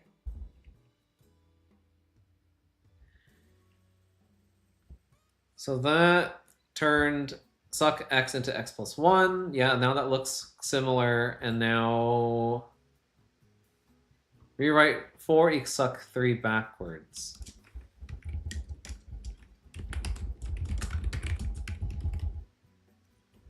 Okay, and now we need to do this, of course. And now we're good. Okay, and then we can exact again. Many people find apply t at h easy, but some find apply t confusing. If you find it confusing, then argue forwards. You can read more about the apply tactic in its documentation, which you can view by clicking on the tactic in the list on the right.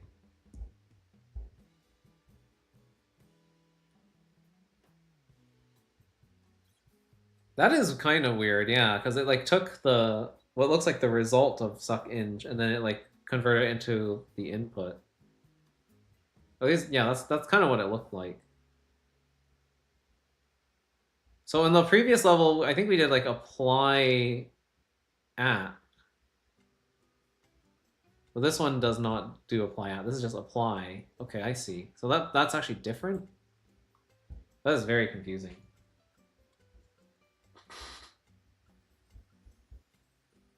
Okay, I need to read this.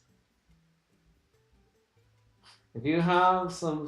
This might be a bit confusing, so I'll do the extra explanation. If you have some statement of the form P implies Q, applying it on a hypothesis P will bring it from P to Q.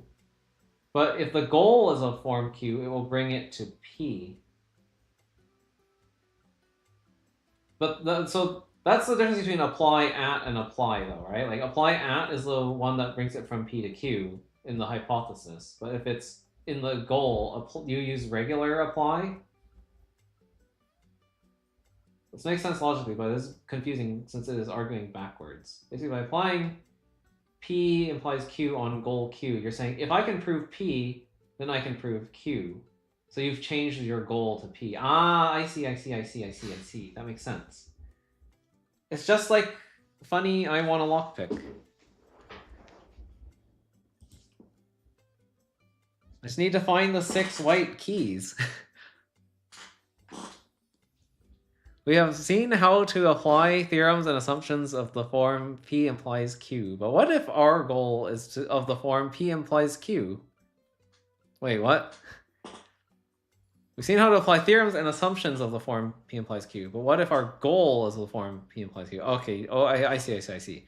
To prove this goal, we need to know how to say, let's assume P and deduce Q. Okay, so we need to create a lambda. Got it. We do this with the intro tactic. Start with intro H to assume the hypothesis and call it proof H. Okie dokie. Intro H.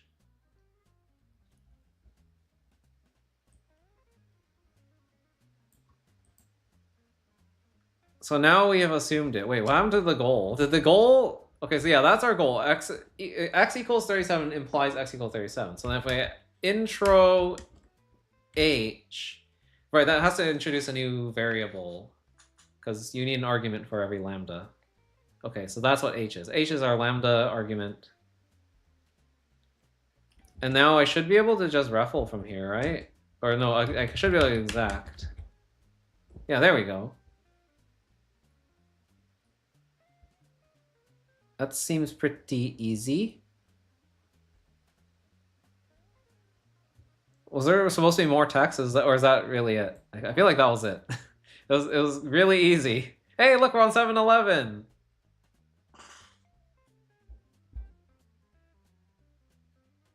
Fun fact, you can do this on true one line by directly writing a lambda. Exact lam x employed. Ah, right, yeah, this is literally just an identity function, isn't it? Interesting, interesting. Let's see if you can use the tactics we've learned. To prove x plus 1 equals y plus 1 implies x equals y. Try this one by yourself. If you need help, then click on Show More Help. All right, so we've got our trusty hint system if we need it.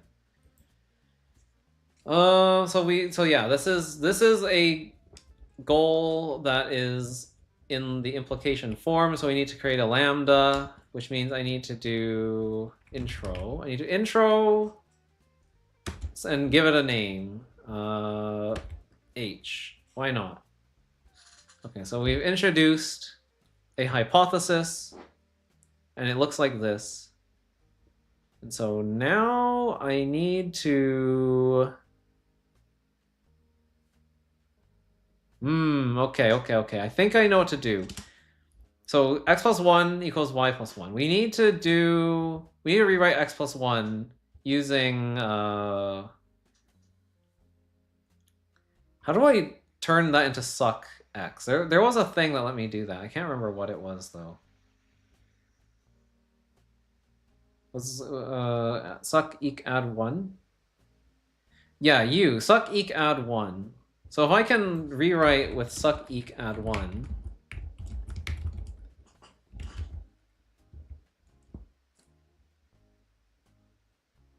at h, right? I need to do it on h. Is it not like that? Is it wrong order? Yes. Okay, so if I reverse you, now you're happy? Okay, now you're happy. And now I can do the same thing again. Okay, cool. Wait, that means I could repeat then, right? I could repeat. Okay, yeah, that works. And now I need to use the power of ing. How do I ing? Suck ing.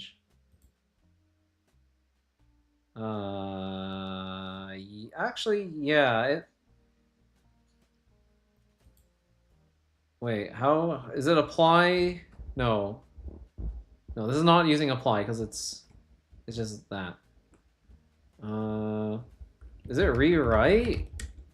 It's a rewrite, right? It's rewrite suck ing at h. No. Why is that wrong? Why is that wrong?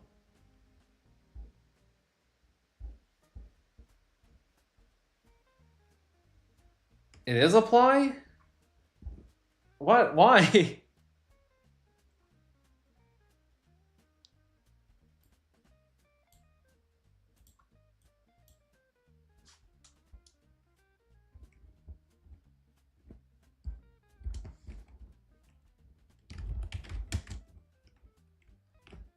The difference between rewrite and apply is that rewrite only works on equality. / bin conditionals. Apply is used for implication / functions, right? I mean, this is imply world.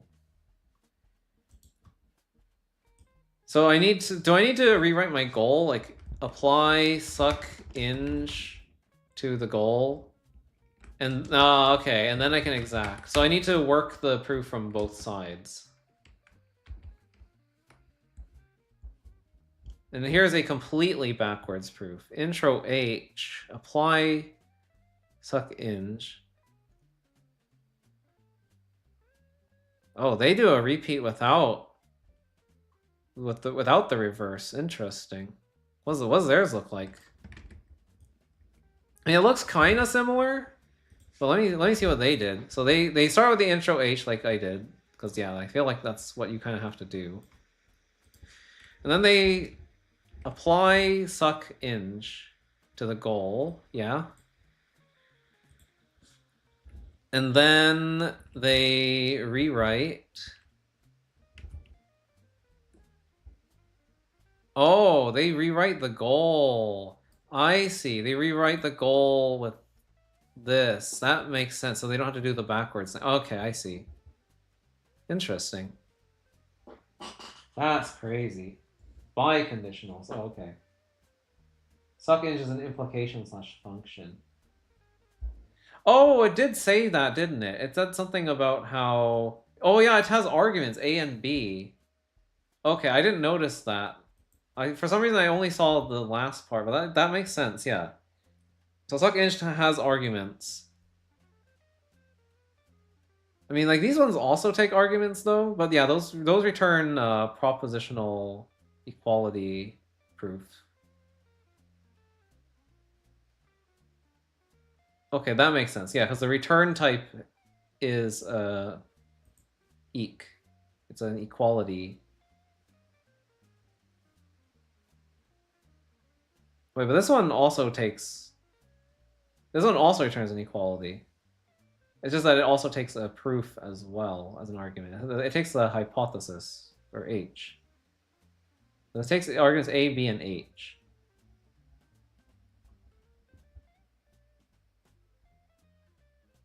Is it just because it has... Okay, my brain hurts.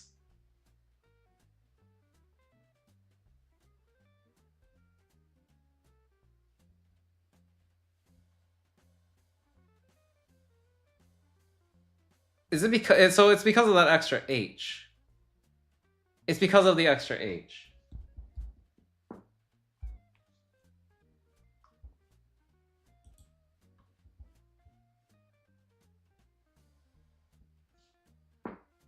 It doesn't. It returns an implication. Click into it and you can see.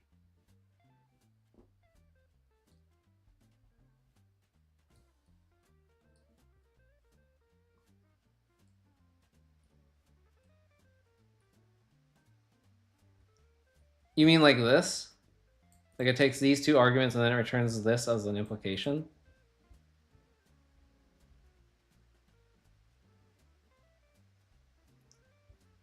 It should be the same thing, though, as like taking this, this, and this as an argument, and then returning this.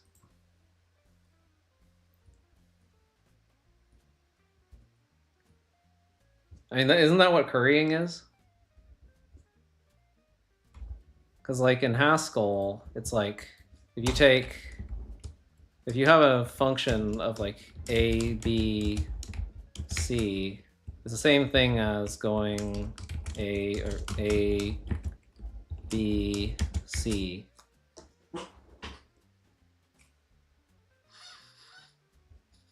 So like a function of two arguments is the same as a function of one argument that returns a function. Like these are isomorphic.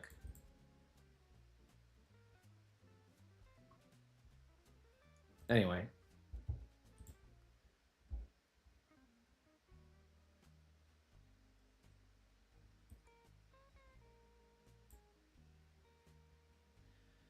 We still can't prove 2 plus 2 does not equal 5 because we have not talked about the definition of not equals. In Lean, A does not equal B is notation for A equals B implies false. Here, false is a generic false proposition, and right arrow in Lean's notation for implies. Oh, okay.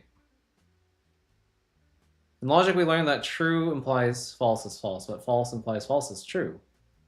Hence, X implies false is the logical opposite of X.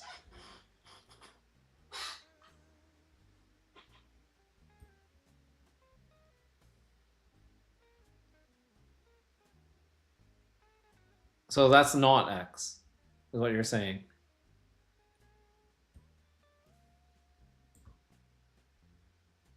Right, okay. That makes sense. So this is like A, so A equals B implies false is the same as not A equals B.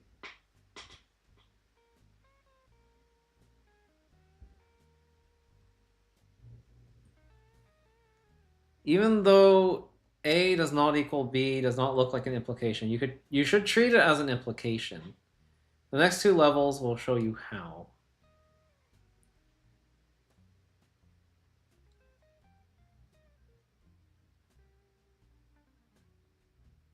Okay, so false is a goal which you cannot deduce from a consistent set of assumptions. So if your goal is false, then you'd better hope that your hypotheses are contradictory, which they are in this level. Remember that H2 is a proof of x equals y implies false. Try applying H2 either at H or directly to the goal. Right.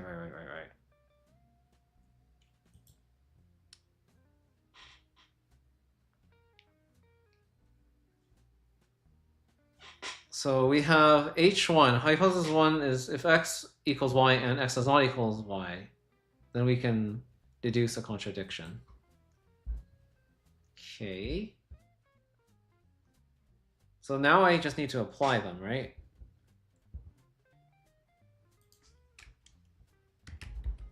Because H2 is a function. H2 applied to H1 should give us false. And then I can exact. Hooray! Okay. Remember, x does not equal y is notation for x equals y implies false.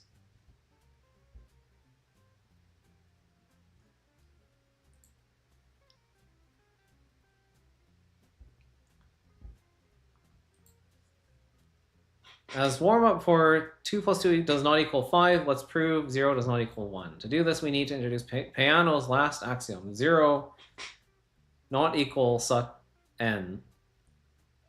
To prove that 0 does not equal suck n.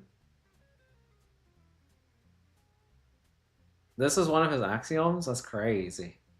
To learn about this result, click on it in the list of lemmas on the right. So start with intro H. Right, because this is an inequality. And so this is a not, and we need to do an intro.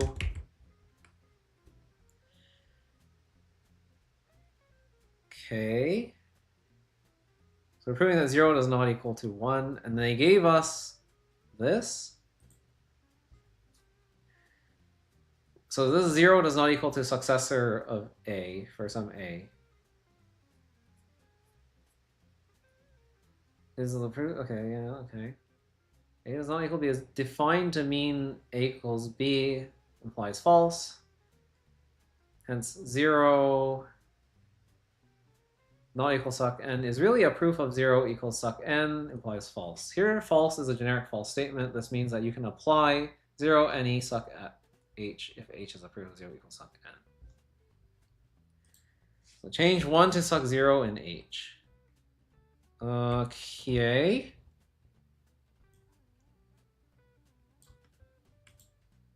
So I need to rewrite, I think. I know how to do that. Yeah, 1 equals suck 0. What would this look like? Rewrite. Okay, we want to turn the 1 into the thing on the right. So rewrite 1 equals suck 0. Should just do it. No? Oh yeah, at H, of course, because it has to be in the hypothesis.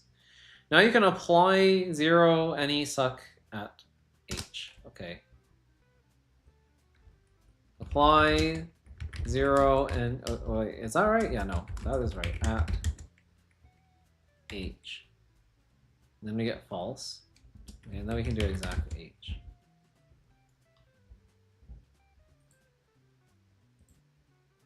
So 0 and E suck. I see. Got it. And all they have to tell me is nice. They're just like, yeah, you did a great job. Good for you. Moving on. We know 0 NE suck n is a proof of 0 equals suck n implies false. But what if we have a hypothesis suck n equals 0? It's the wrong way around. The sim tactic changes a goal x equals y to y equals x, and a goal x does not equal y to y does not equal x. And sim at H does the same for a hypothesis H. We proved 0 does not equal 1, and called the proof 0 any 1. Now try proving 1 does not equal 0. Okay. So again, we need to start with an intro H, because this is This is an implication. So now we have this. This should be pretty easy though, right? Because then we do the same thing as we did before. We do rewrite 1 eq suck 0 at h. And then, so the theorem, the piano thing is 0 does not equal suck a, but we have it the wrong way around, so we can we? No, this is add commute.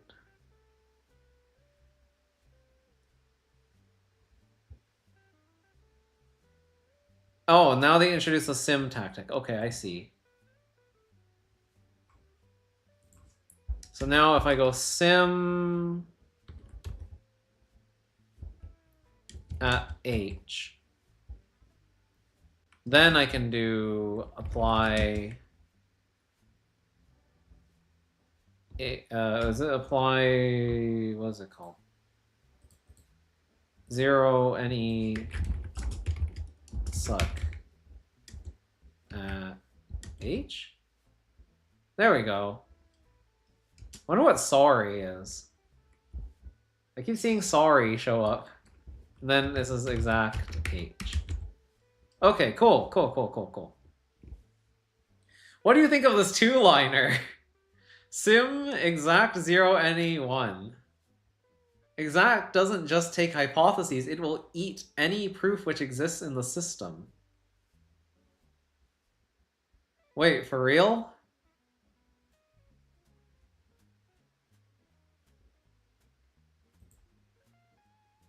Isn't that cheating? I mean, like, it's not in my list of things, is it? Oh wait, no, it is, isn't it? Oh, it is here. Oh, we added this. We got this from the last level. Oh, wow. Wow. That's crazy. Oh, that's Lean's version of an error? Oh, interesting. Huh. So that's where you get that from.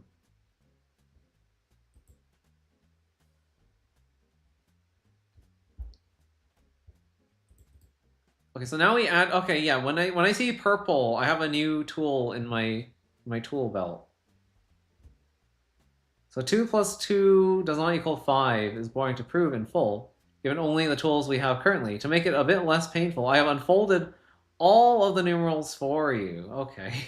See if you can use 0 any suck and suck inch to prove this. Okay, so we have some goals besides just this goal. So they want me to use 0 any suck. Where's 0 any suck? That's here in piano. And then suck inch? It's also in piano. Okay, so they're both here. I forget what suck inch is. It's this one. Okay. And then 0 any suck is the one that we just did. Right. So 0 is not equal to the successor of something. Oh boy. Oh boy, oh boy. Okay, so I guess, okay, first things first, we need to intro. We see that there's a not equals, we have to intro, because that's automatically a function. Cool. All right, now what? So we have h is a suck 0 plus a suck 0 equals a suck 0.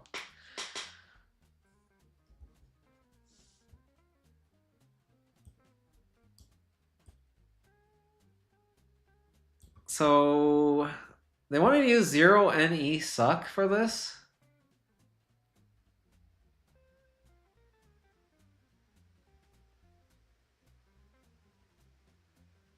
And suck inch. Okay, I'm not seeing how these are going to be used yet. This is oh god, this is crazy. What if I move the successors over? Yeah. What if we use add suck? Is add suck the right play here? Because there is a blank plus suck something. That's here. Add suck at h. Okay, yeah, no, that's things are happening. And then if I do it again, so if I like repeat it, I don't think it did what I wanted it to. So do I need to like target or no? Actually, I need to move to the end of the line. That's what it is. Okay, if I do this, I don't think that's what I wanted.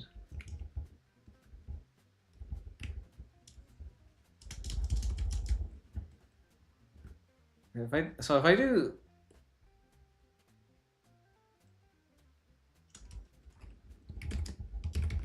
But no, that's equivalent to this, right? There's already not. Okay, what if I do repeat here and then? No, it is the same. Okay, never mind. And then I do add 0, I think. Yeah. If I do an add 0, rewrite add 0 at h. Now I have 4 equals 1, 2, 3, 4, 5. So if I have 4 equals 5. Now, okay, now I can do the thing. I can do the inge. I can inge. Because now I have the ability to inge.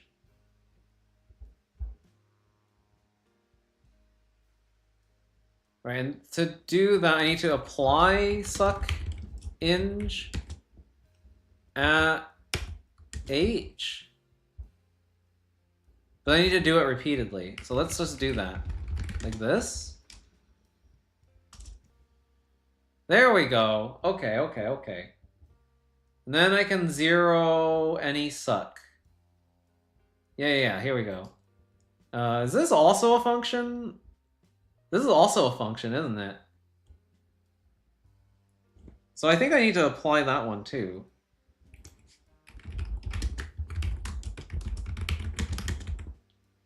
Yeah, there we go. Okay. Now I can exact h and we win. Oh, okay. Oh no, John Lean is talking to me again. Here's my proof. Okay, so he does rewrite, add suck, add 0 in one line. Okay, so that just basically took what I did in 2 lines and stuck it into 1. Repeat, apply, suck inge. Yeah, I did that. Apply, yeah. I mean, come on. I basically did the same thing as you.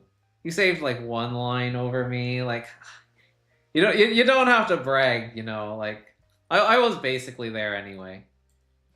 Even though Lean is a theorem prover, right now it's pretty clear that we have not developed enough material to make it an adequate calculator.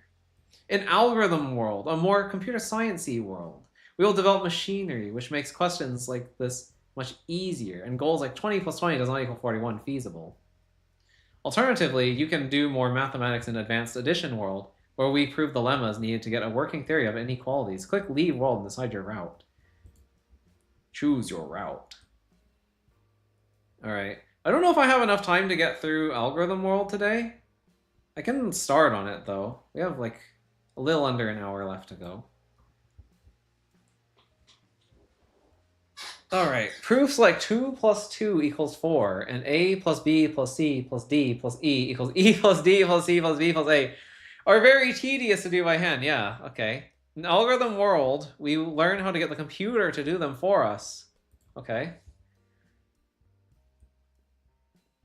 Having to rearrange variables manually using commutativity and associativity is very tedious. We start by reminding you of this. Add left column is a key component in the first algorithm, which we'll explain, but we need to prove it manually. Remember that you can do precision commutativity rewriting with things like RW, add column BC, and remember that A plus B plus C means A plus B plus C. Okay, so yeah, we can target things. And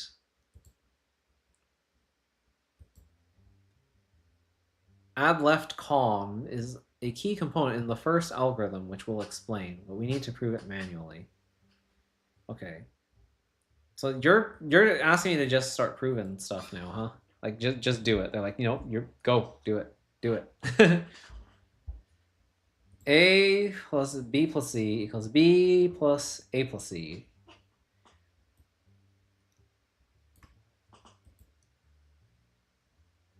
So how do I want to do that?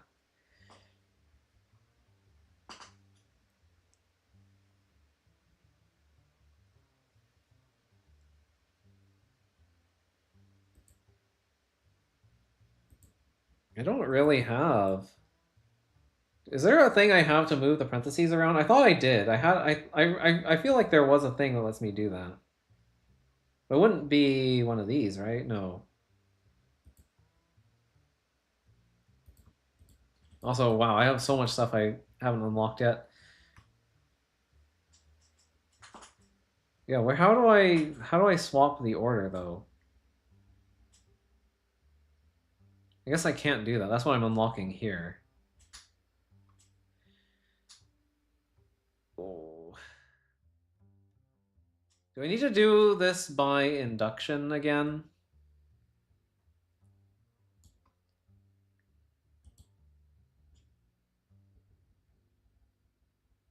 Oh wait, no, here we got something, right? Well, yeah, when did we do this? Add right com. Right, that took A plus B plus C equals A plus C plus B. But no, this is not add right com, this is add left com. It's add a sock for associativity. Oh, okay, okay, I see. So we do have a thing for that. Got it. Right, because the commutativity is like you swap the actual order of the variables. Right, this is just move the parentheses around. Okay, I see. So add a sock.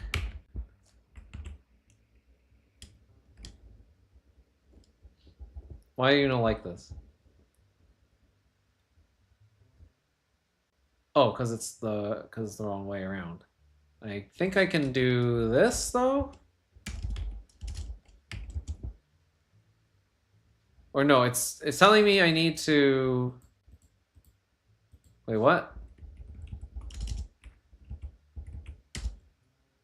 Wasn't I able to do this before? Yeah, why did that bug out? That was weird. Okay, so apparently the editor can just like bug out. That's cool. Click into it to find out. Why aren't you doing that? I don't know.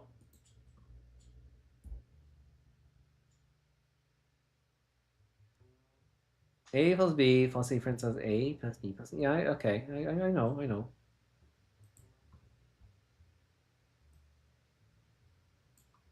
Sorry, there's just like they introduce a lot of tools. And like trying to remember everything is hard.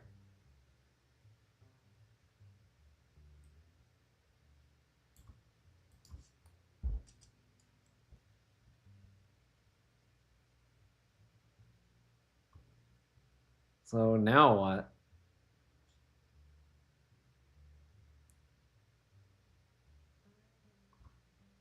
All right, we have add com as well. Oh yeah.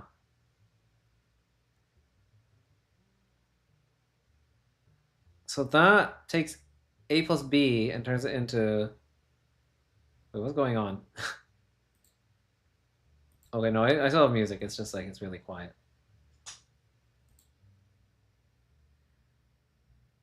Add com xy is a proof of x plus y equals y plus x. So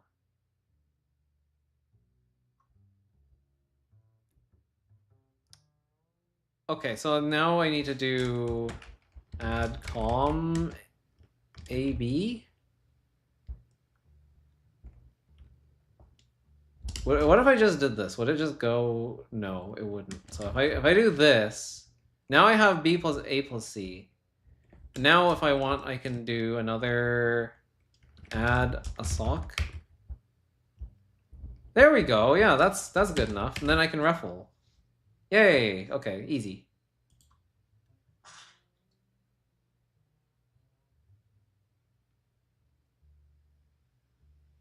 It didn't write out the arrow because you didn't write backslash and L consecutively. Oh, interesting. They spent the entirety of Edition World proving these sims. You better use them! I can't remember them all. There's too many. There's too many. In some later worlds, we're going to see some much nastier levels, like A plus 1 plus B plus B plus 1 equals A plus B plus 1 plus A plus B plus 1. Brackets need to be moved around and variables need to be swapped. In this level, A plus B plus C plus D equals A plus C plus D plus B. Let's forget about the brackets and just think about the variable order. To turn A plus B plus C plus D into A plus C plus D plus B, we need to swap B and C. True. And then swap B and D. Also true. But this is easier than you think with add left com.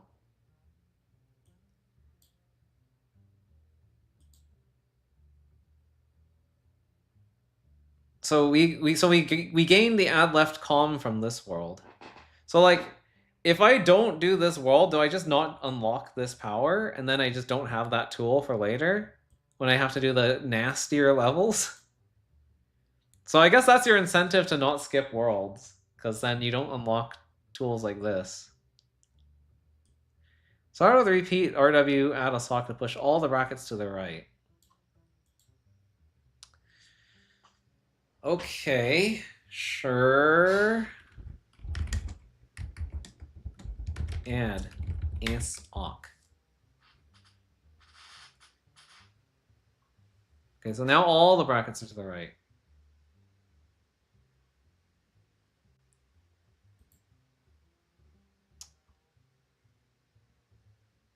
Now use RW add left com B C to switch B and C on the left hand side. Okay, what does this do again?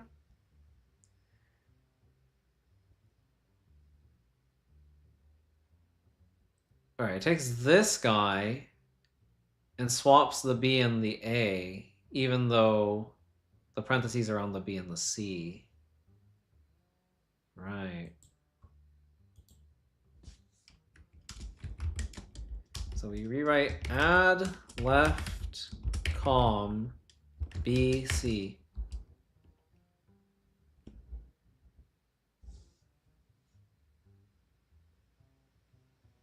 And now we just use a targeted add com to switch B and D. Gotcha.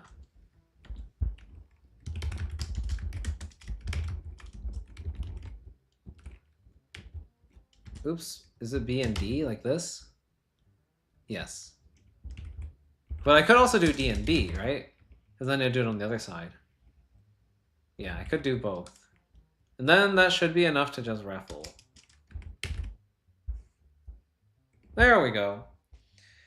So that's the algorithm. Now let's use automation to perform it automatically. What do you mean, what's the algorithm? Is the algorithm to do a repeat, rewrite, add a sock to move all the parentheses to the right? And then... Well, I don't understand what they mean by the algorithm. Oh, dear God.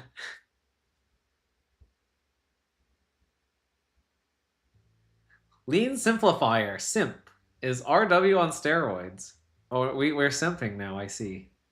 It will rewrite every lemma tagged with simp, and every lemma fed to it by the user as much as it can.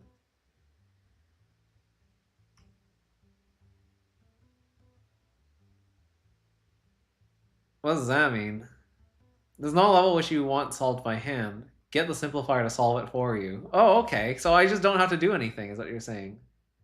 Solve this level in one line using simp only. Simp only. Add left com. Add com. Wow, you did it! Well, let's now make our own tactic to do this. Okay. I don't really understand what just happened. You can make your own tactics in Lean. This code here. Oh, what the hell? So it's a macro? Oh no, we're making a macro.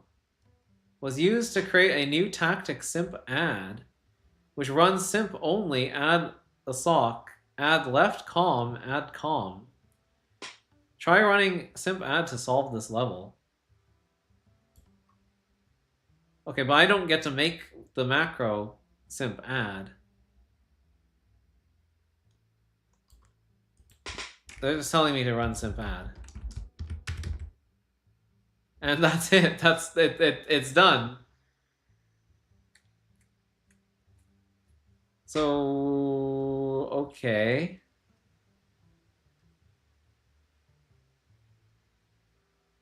Why does it have add left com and add com? Why, what?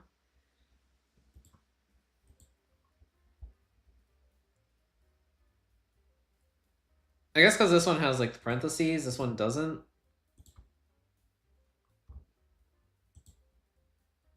Crazy. Let's now move on to a more efficient approach to questions involving numerals, such as 20 plus 20 equals 40. Okay. Pred. We now start work on an algorithm to do addition more efficiently. Recall that we defined addition by recursion, saying that what it did on 0 and successors. It is an axiom of Lean that recursion is a valid way to define functions from types such as the naturals. Yeah. Let's define a new function pred from the naturals to the naturals, which attempts to subtract 1 from the input. The definition is this. Pred 0 colon equals 37. Pred suck n colon equals n. We cannot subtract 1 from 0, so we just return a junk value. Why?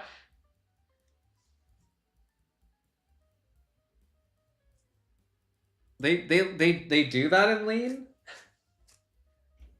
They just let you make functions that way? Do I have to do that? I don't type that in, right? Do I actually do this? No, it doesn't like that. So no, I'm just using it. I'm just a user. Okay, let me read this. Simp just runs the rewrite until you can't.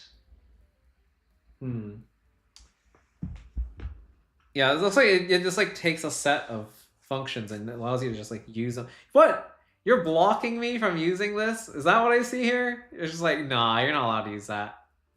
No. Sorry, buddy. I guess that would make this trivial, though. So they can just like take tools out of your toolbox and be like, nope, too bad. Okay, so now we have pred suck here. This is new in this level. Okay, so yellow is new for this level.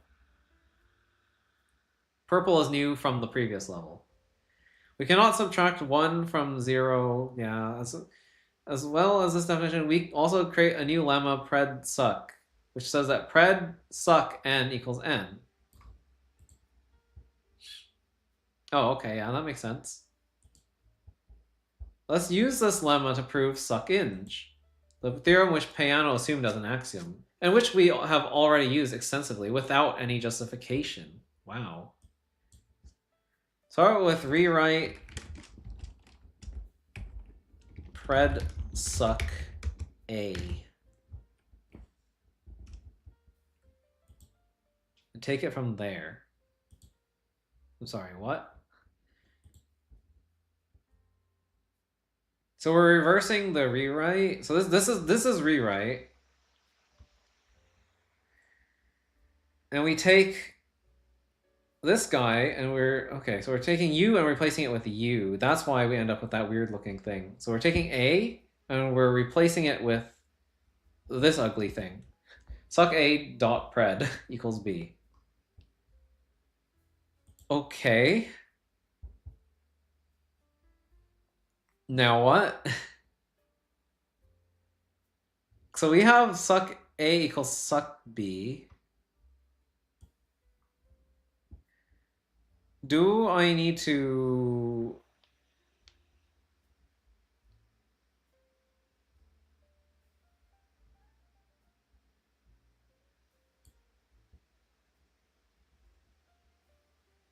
Do I need to do the same thing to B or something? What do I do with this?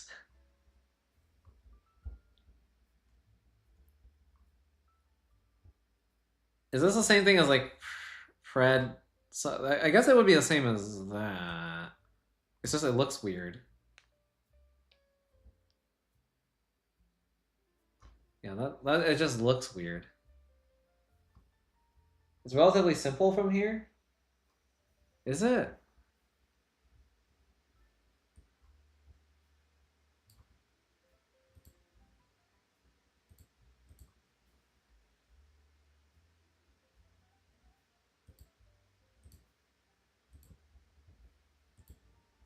Do I need to do the same thing to B? Take it from there.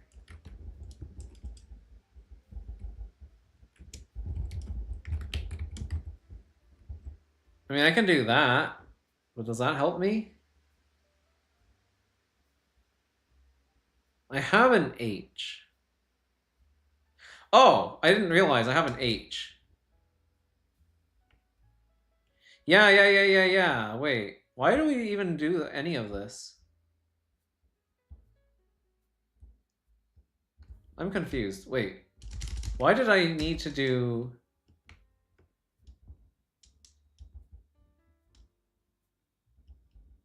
Oh, because we didn't have a suck. Oh, okay, I get it now. So yeah, because we didn't have a suck, we couldn't do anything with that. But now that we have a suck in the goal, now we can use H for stuff. Okay, that makes sense. So now I'm allowed to rewrite with H.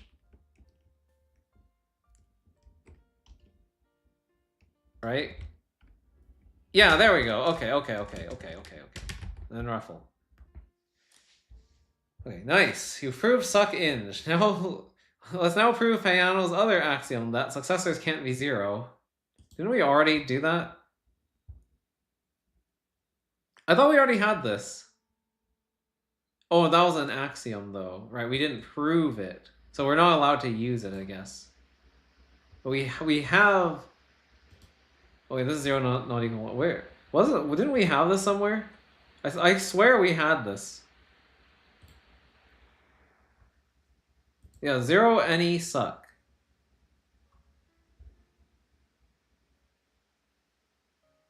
But no, this one is different. This is suck any zero.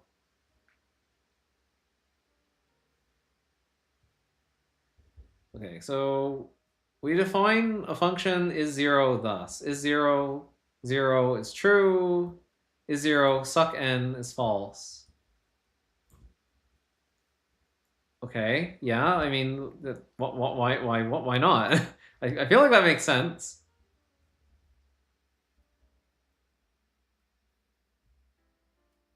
Wait a minute.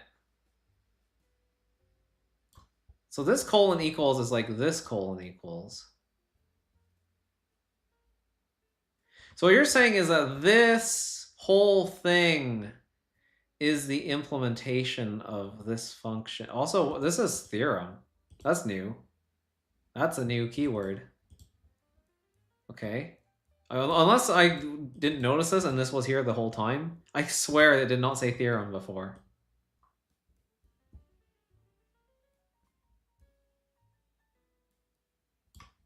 We also create two lemmas. Is 0, 0, and is 0 suck n?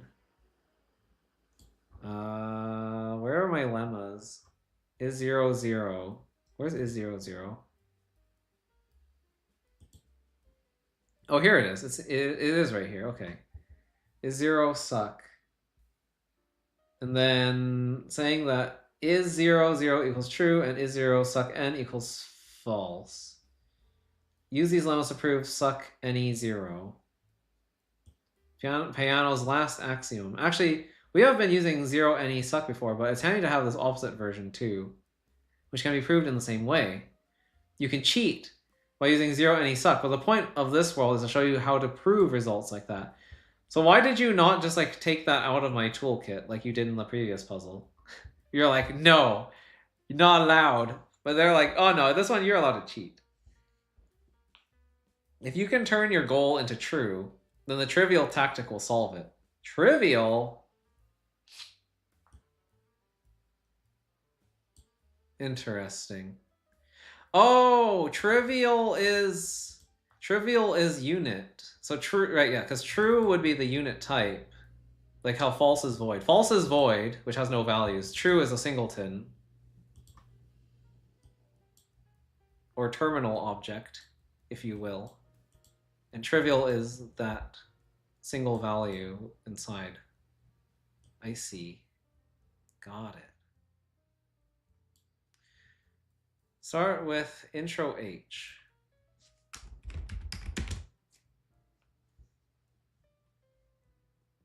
We're going to change that false into true. Start by changing it into is 0. Suck A. All right. Is 0. Suck A. Okay, hold on. What happened here? So we took false and we rewrote it into this.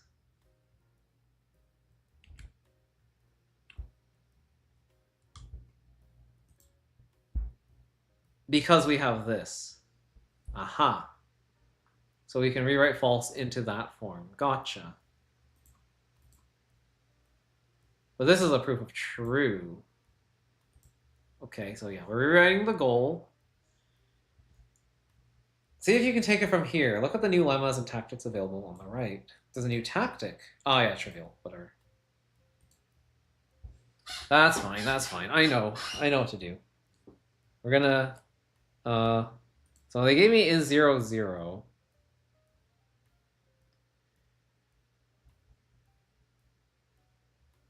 Is approved is 0 equals true.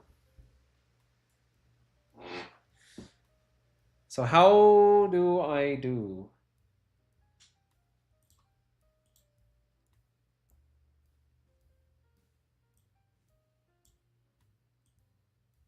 Suck A equals 0. Okay, well then in that case, why don't we do rewrite? No, that's not rewrite, is it?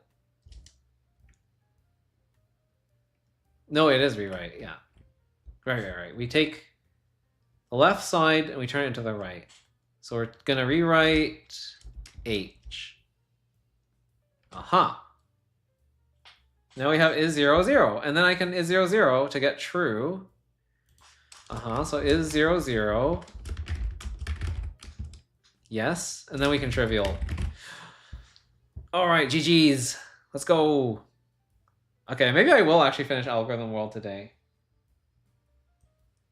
This is going a little bit faster than I expected. Here we begin to develop an algorithm which, given two naturals, A and B, returns the answer to does A equal B? Here is the algorithm. First, know that A and B are numbers, and hence are either 0 or successors. Okay, so we're going to do like a recursive strip the successors on both sides, right? If A and B are both 0, return yes. Okay, yeah, that's the base case. If one is 0 and the other is successor, return no. If A equals suck M and B equals suck N, then return the answer to does M equal N? Yeah, so this is just recursive. Our goal, our job now is to prove that this algorithm always gives the correct answer.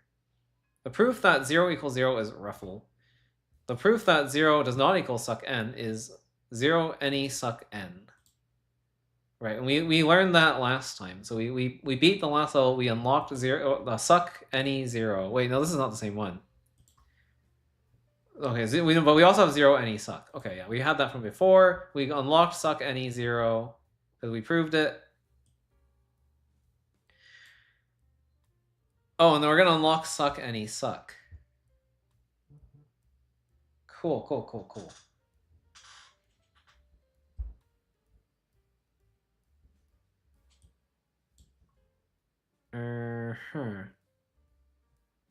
Zero. Okay, so 0 does not equal suck n is 0 any suck n. The proof that suck m does not equal 0 is suck any 0 m.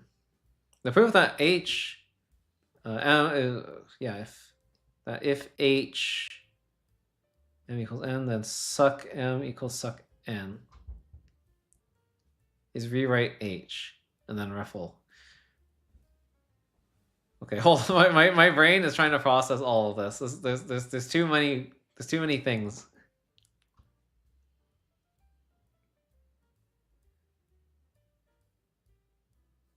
Right, so 0 does not equal suck n is this one. Yes, we know that. Okay, so yeah, these are the reverse of each other. Yes, yes, yes. To prove that,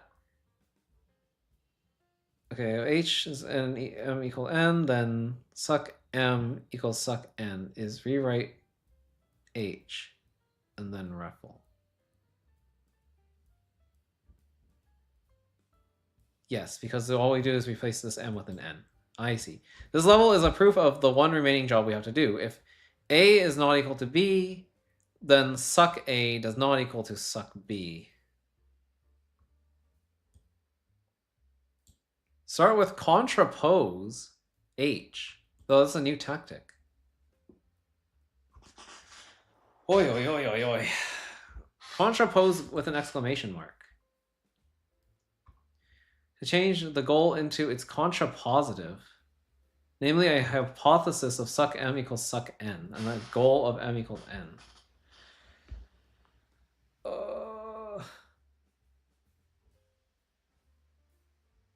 Oh, okay. If you have a hypothesis h, a does not equal b, and goal c does not equal d, then contrapose h replaces the setup with its so-called contrapositive, a hypothesis hc equals d, and a goal a equals b. What the hell? So wait, it swaps the goal with the hypothesis, but it negates it on both sides. I guess, yeah. Yeah, so now, my goal becomes my hypothesis, but negated. And my hypothesis became my goal, but negated. Or I guess unnegated? I don't know.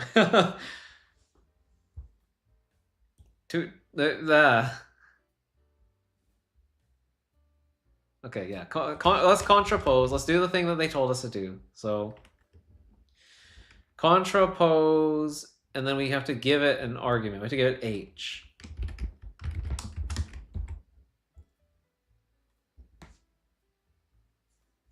Can you take it from here? And if you try contrapose h again, it'll take you back to where you started. Yay! That's not very helpful. So contrapose is its own inverse. Is that what you're trying to say?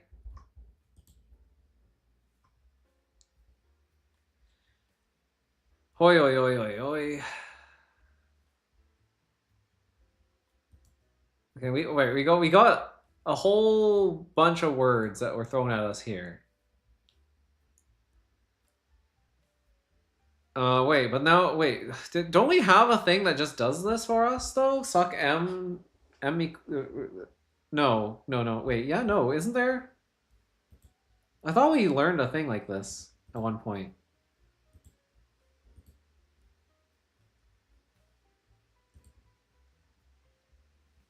And I don't think it was here, no. Where was it?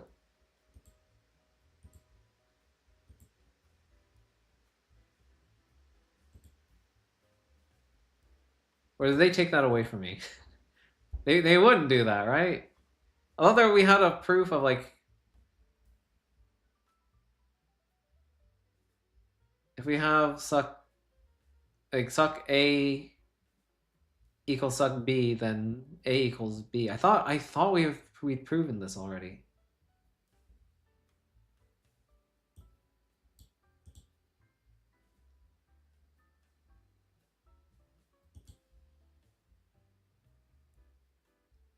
This one, yeah, this guy, suck inge. Right. I remember now. Yeah, isn't that all I have to do? Is apply suck inge to or at H and then do an exact H? Yeah. Okay. From my assumption, the normal contrapose does the contrapositive on a normal implication statement. The one with the exclamation mark applies it on the hypothesis / goal. Oh. Huh. Interesting. Okay, so that was super duper easy. I don't know why they did all this yapping about this stuff. But we did it. we did it. Okay, cool. I think this might be the last world I do for today. But I don't know if I'll have enough time to do another one after this. We still have 2 more levels. Implementing the algorithm for equality of naturals and the proof that it is correct looks like this. Oh boy, why is it so big? Why is it so big? Why so much? Instance, decidable eq. Oh. What am I looking at? Is this like a type class instance? Like what do they mean by instance? I think is this like Haskell?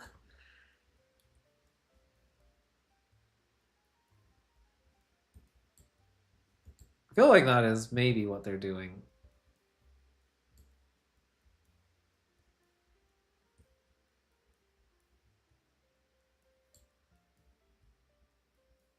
Okay, so 0, 0 is true. I mean, there's just like a bunch of syntax here I just don't know. Like, what is this? By show equals 0 equals 0 or fault. See, I don't understand why they're doing this.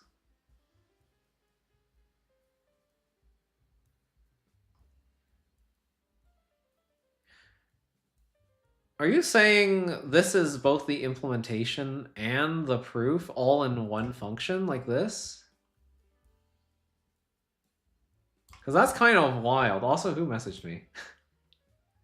Oh, shoot. Uh-oh. Oops, uh-oh. Okay, I should probably get that eventually. I'll get that later. Oopie. I forgot to do something important.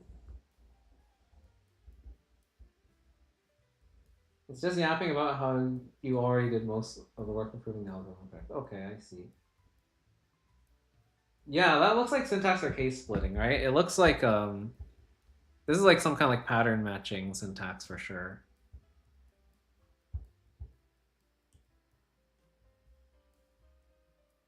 I don't know why, or like what show does. Like I can see there's like tactics showing up here. Show is interesting though. I don't know what this is though.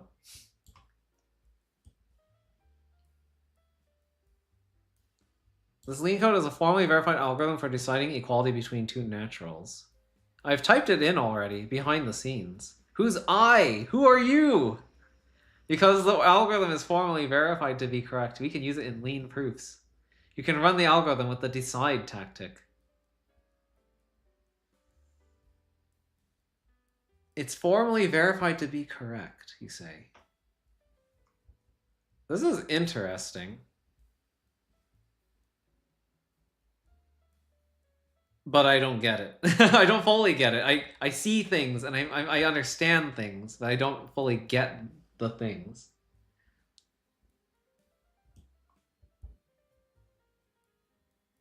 Like what is so isn't is true actually no, I don't know what is true is.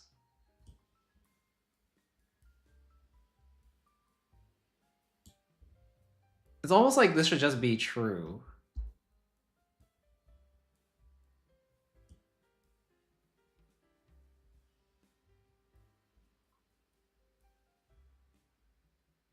Yeah, this is totally just pattern matching. How the hell do you want me to decide? Alright, bro! You can read more about decide by clicking on it in the top right. Decide will attempt to solve a goal if it can find an algorithm which it can run to solve it.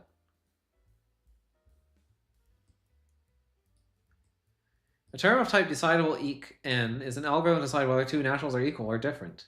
Hence, once this term is made and made into an instance, the decide tactic can use it to solve goals of the form a equals b or a does not equal b.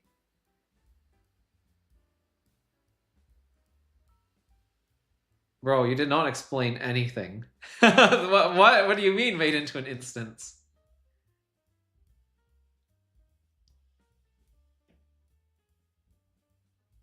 Okay, a term of type decidable eq n is an algorithm to decide whether two naturals are equal or different.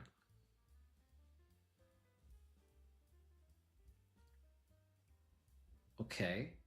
Hence, once this term is made and made into an instance, the decide tactic can use it to solve goals of the form a equals b or a does not equal to b.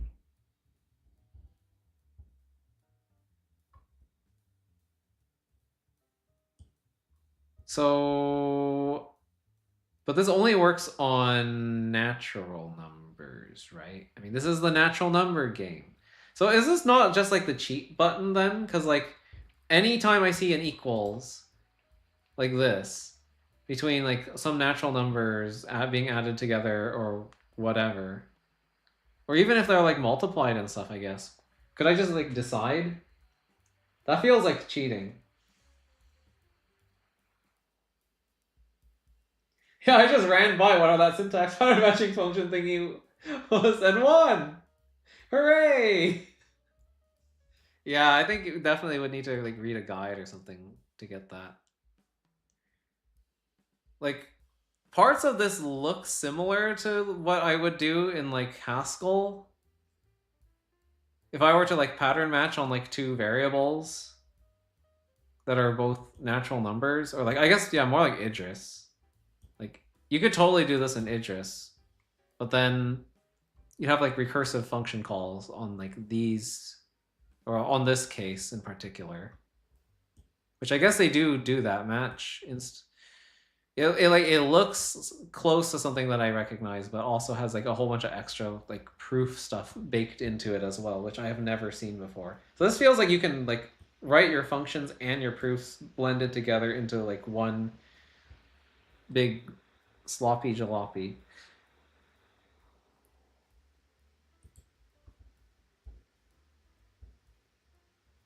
Whereas like I don't feel like I was able to do that in Idris.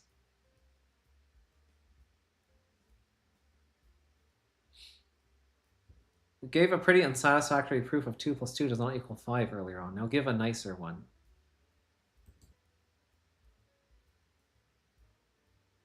Oh. Are you telling me to decide?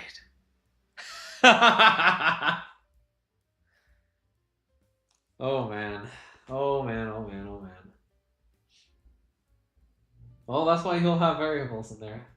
You can't just decide and win. Ah, I see. So when there's variables, you can't just decide and win. And win. So once the variables are in place, decide does not just insta-solve. These algorithms will be helpful in even odd world when someone gets around to implementing it. This will be very useful eventually, maybe.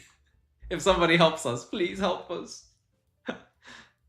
Do they not have like a goal in mind for how that should be done?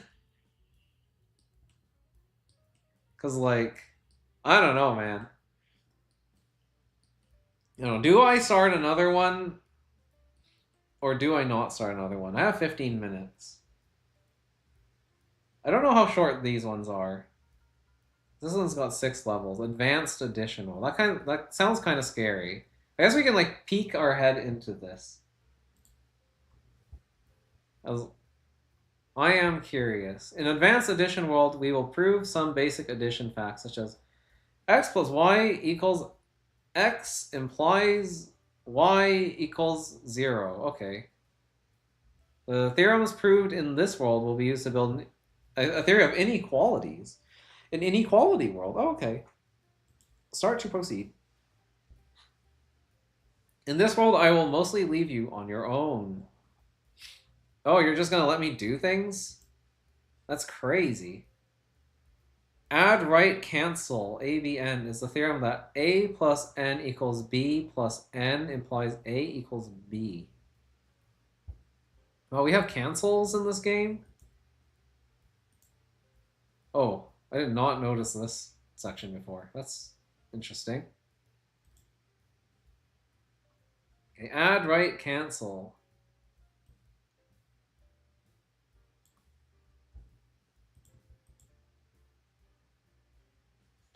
Oh, I need to prove add, write, cancel. Okay, so we don't have add, write, cancel, but we're going to get add, write, cancel, I think. I saw it in here. Yeah, it's in the list. The training wheels go off. Okay. Ooh, all right. So yeah, this is not of the form that I can just decide on.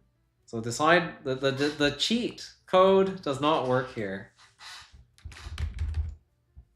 Yeah, does not work. I had to check.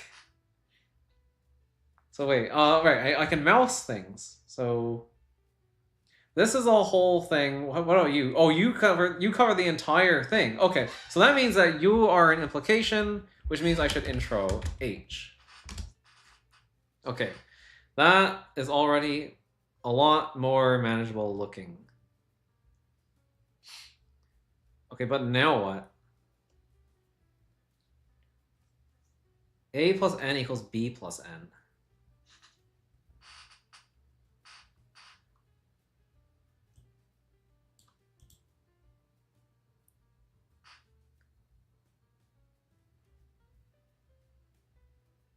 Oh boy. Oh no. What do I do?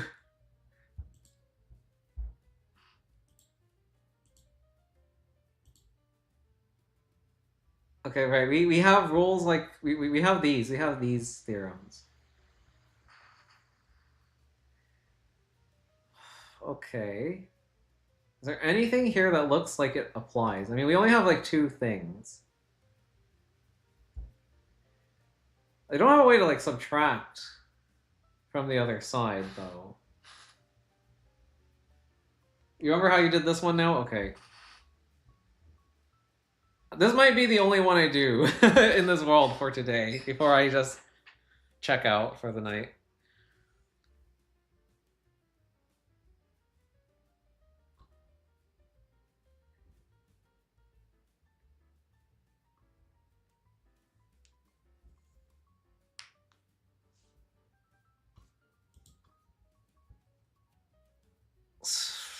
A plus N equals B plus N.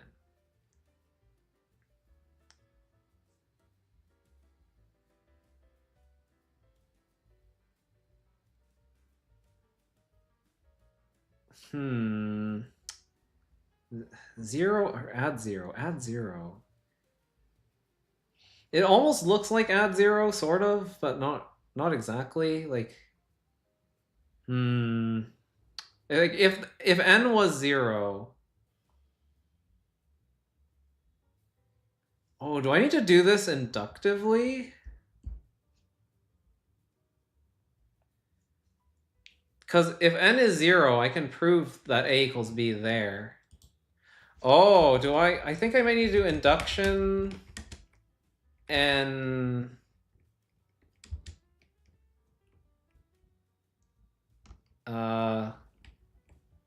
is it with D and HD, something like this? That seems maybe good.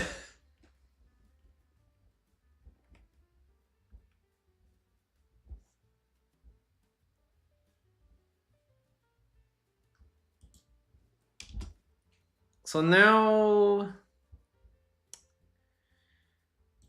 Oh, well, yeah, no, so the training wheels really do just come off, huh? So now we have to add 0. So rewrite, add...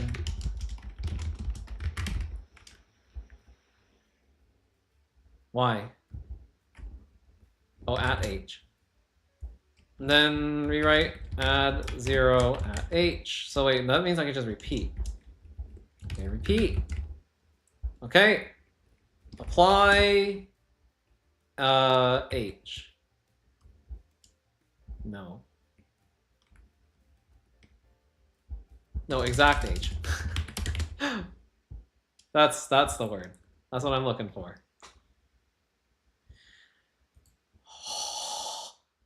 What am I looking at? Oh. Oh, I don't like that. Okay, but no, this looks familiar now. This looks like add suck. This is like the thing that I got stuck on before. Add suck at H. So if I do that again, if I repeat it, so I get B plus suck. No, I get no, that I don't think it knew what to do. Hold on, I think I need to do this one at a time. So we add suck at H, and then we rewrite add suck with D at H. No, how do I get it to do it on the right side? Is it B and D? It's got to be B and D, right? Okay, there we go. B and D. So I have to do targeting. Okay. Oh my god. Okay, so I have A plus D equals B plus D implies A equals B. So if I can remove the sucks, I can remove the sucks. So I can remove the sucks with inge. Where is it called? Suck inge. Isn't it suck inge? But no, I can't rewrite with suck inge. It's apply suck inge at H. Okay, there we go. And now I apply HD to H. Aha! And then I can exact H. There we go, we did it! Hooray! Okay.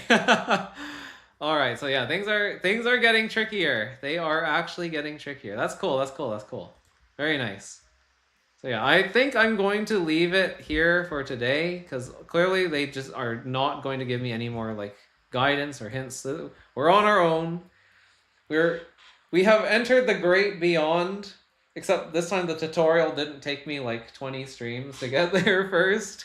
The world has opened up to us, and now we must prove. We must prove not only the theorems, but our might, our strength. Yes. Induction gets weird if you have stuff before it. You think I should do induction before intro, really? I didn't try that, but maybe that would have been smarter. I'm kind of curious to know what that would look like. So what would happen if I went to the last level? Like, let's just like copy this out to somewhere else temporarily. You know what? We've been using this playground. Here, go in the playground for now. So if I had done induction on N first,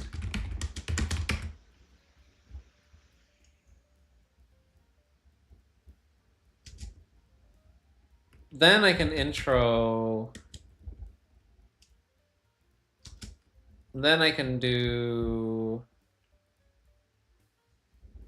rewrite.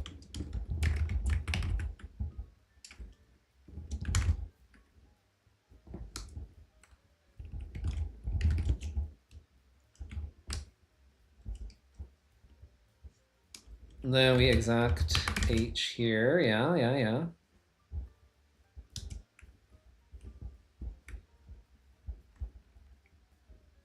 Oh, then you do a second intro. I see. So this would be another intro.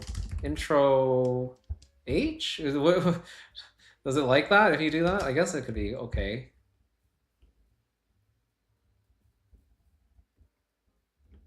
Right, and then you do the same thing. You do the... Okay, I mean, it's pretty similar to what I just did. Slash dash. Okay, slash dash dash slash. Got it. That's how you comment things out. Interesting. Okay. Good to know. So maybe, yeah, so it seems like these are sort of similar to each other, but maybe it's easier to read if you start with induction. I see. Yeah, let's try that. Let's try the comments. Let's see how the comments work. So if I do this, and then I do this, I comment out the entire block. Okay, cool. Neat. Neato burrito. Yeah, we're just gonna move on to this and leave it here for now. Does it save your progress? And I think it must save your progress, right? Like probably like caches it or something. Cause like this game is pretty long. I misread stuff earlier. It's not any different than putting it after intro. Okay, I see. It would make sense. Yeah, like they would know how to like split it into two implications. There's also single line comments with dash dash stuff. Really? Oh yeah. Okay. That I'm familiar with the dash dash syntax. That's how they do it in Haskell. I don't know. Does Haskell do slash dash as well? They have like a Haskell compiler. Because like I'm pretty sure you can also do that here. Yeah, it's like that. Is it slash dash? No. Huh. I wonder what their multi-line is. Okay, whatever. Anyhow, that's it for today. Hopefully it saves my progress. I'll probably just leave this tab open though. But it probably will close itself next time my browser updates or something. I don't know. I think it'll probably be saved somewhere. And then, if not, then I guess I can like cheat my way back to here pretty quickly, I think. But yeah, I'm gonna go for today. Tomorrow, we're gonna be doing Drawd. So yeah, actually, I actually didn't realize this, but apparently, it's actually an official release. Like they actually GA'd, so it's not a playtest. It's actually out. So yeah, we will be playing the new Drawd 5.2 update. I clicked on this thread, and that's why I thought it was a playtest, because it kind of mentioned that here, because this is like the patch notes. And yeah, there's a whole bunch of new scripting features. That's what we're going to be checking out tomorrow. I think it'll be really interesting. But yeah, hopefully the answer to all my prayers will be in this update. We can actually do cool things with that and not have if then else spaghetti everywhere.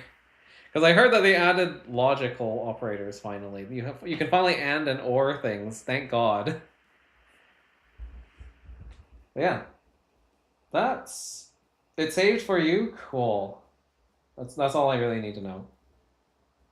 So yeah, if it saves, then excellent. I'm gonna take off here. Thanks for watching.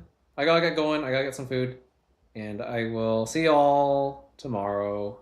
Goodbye.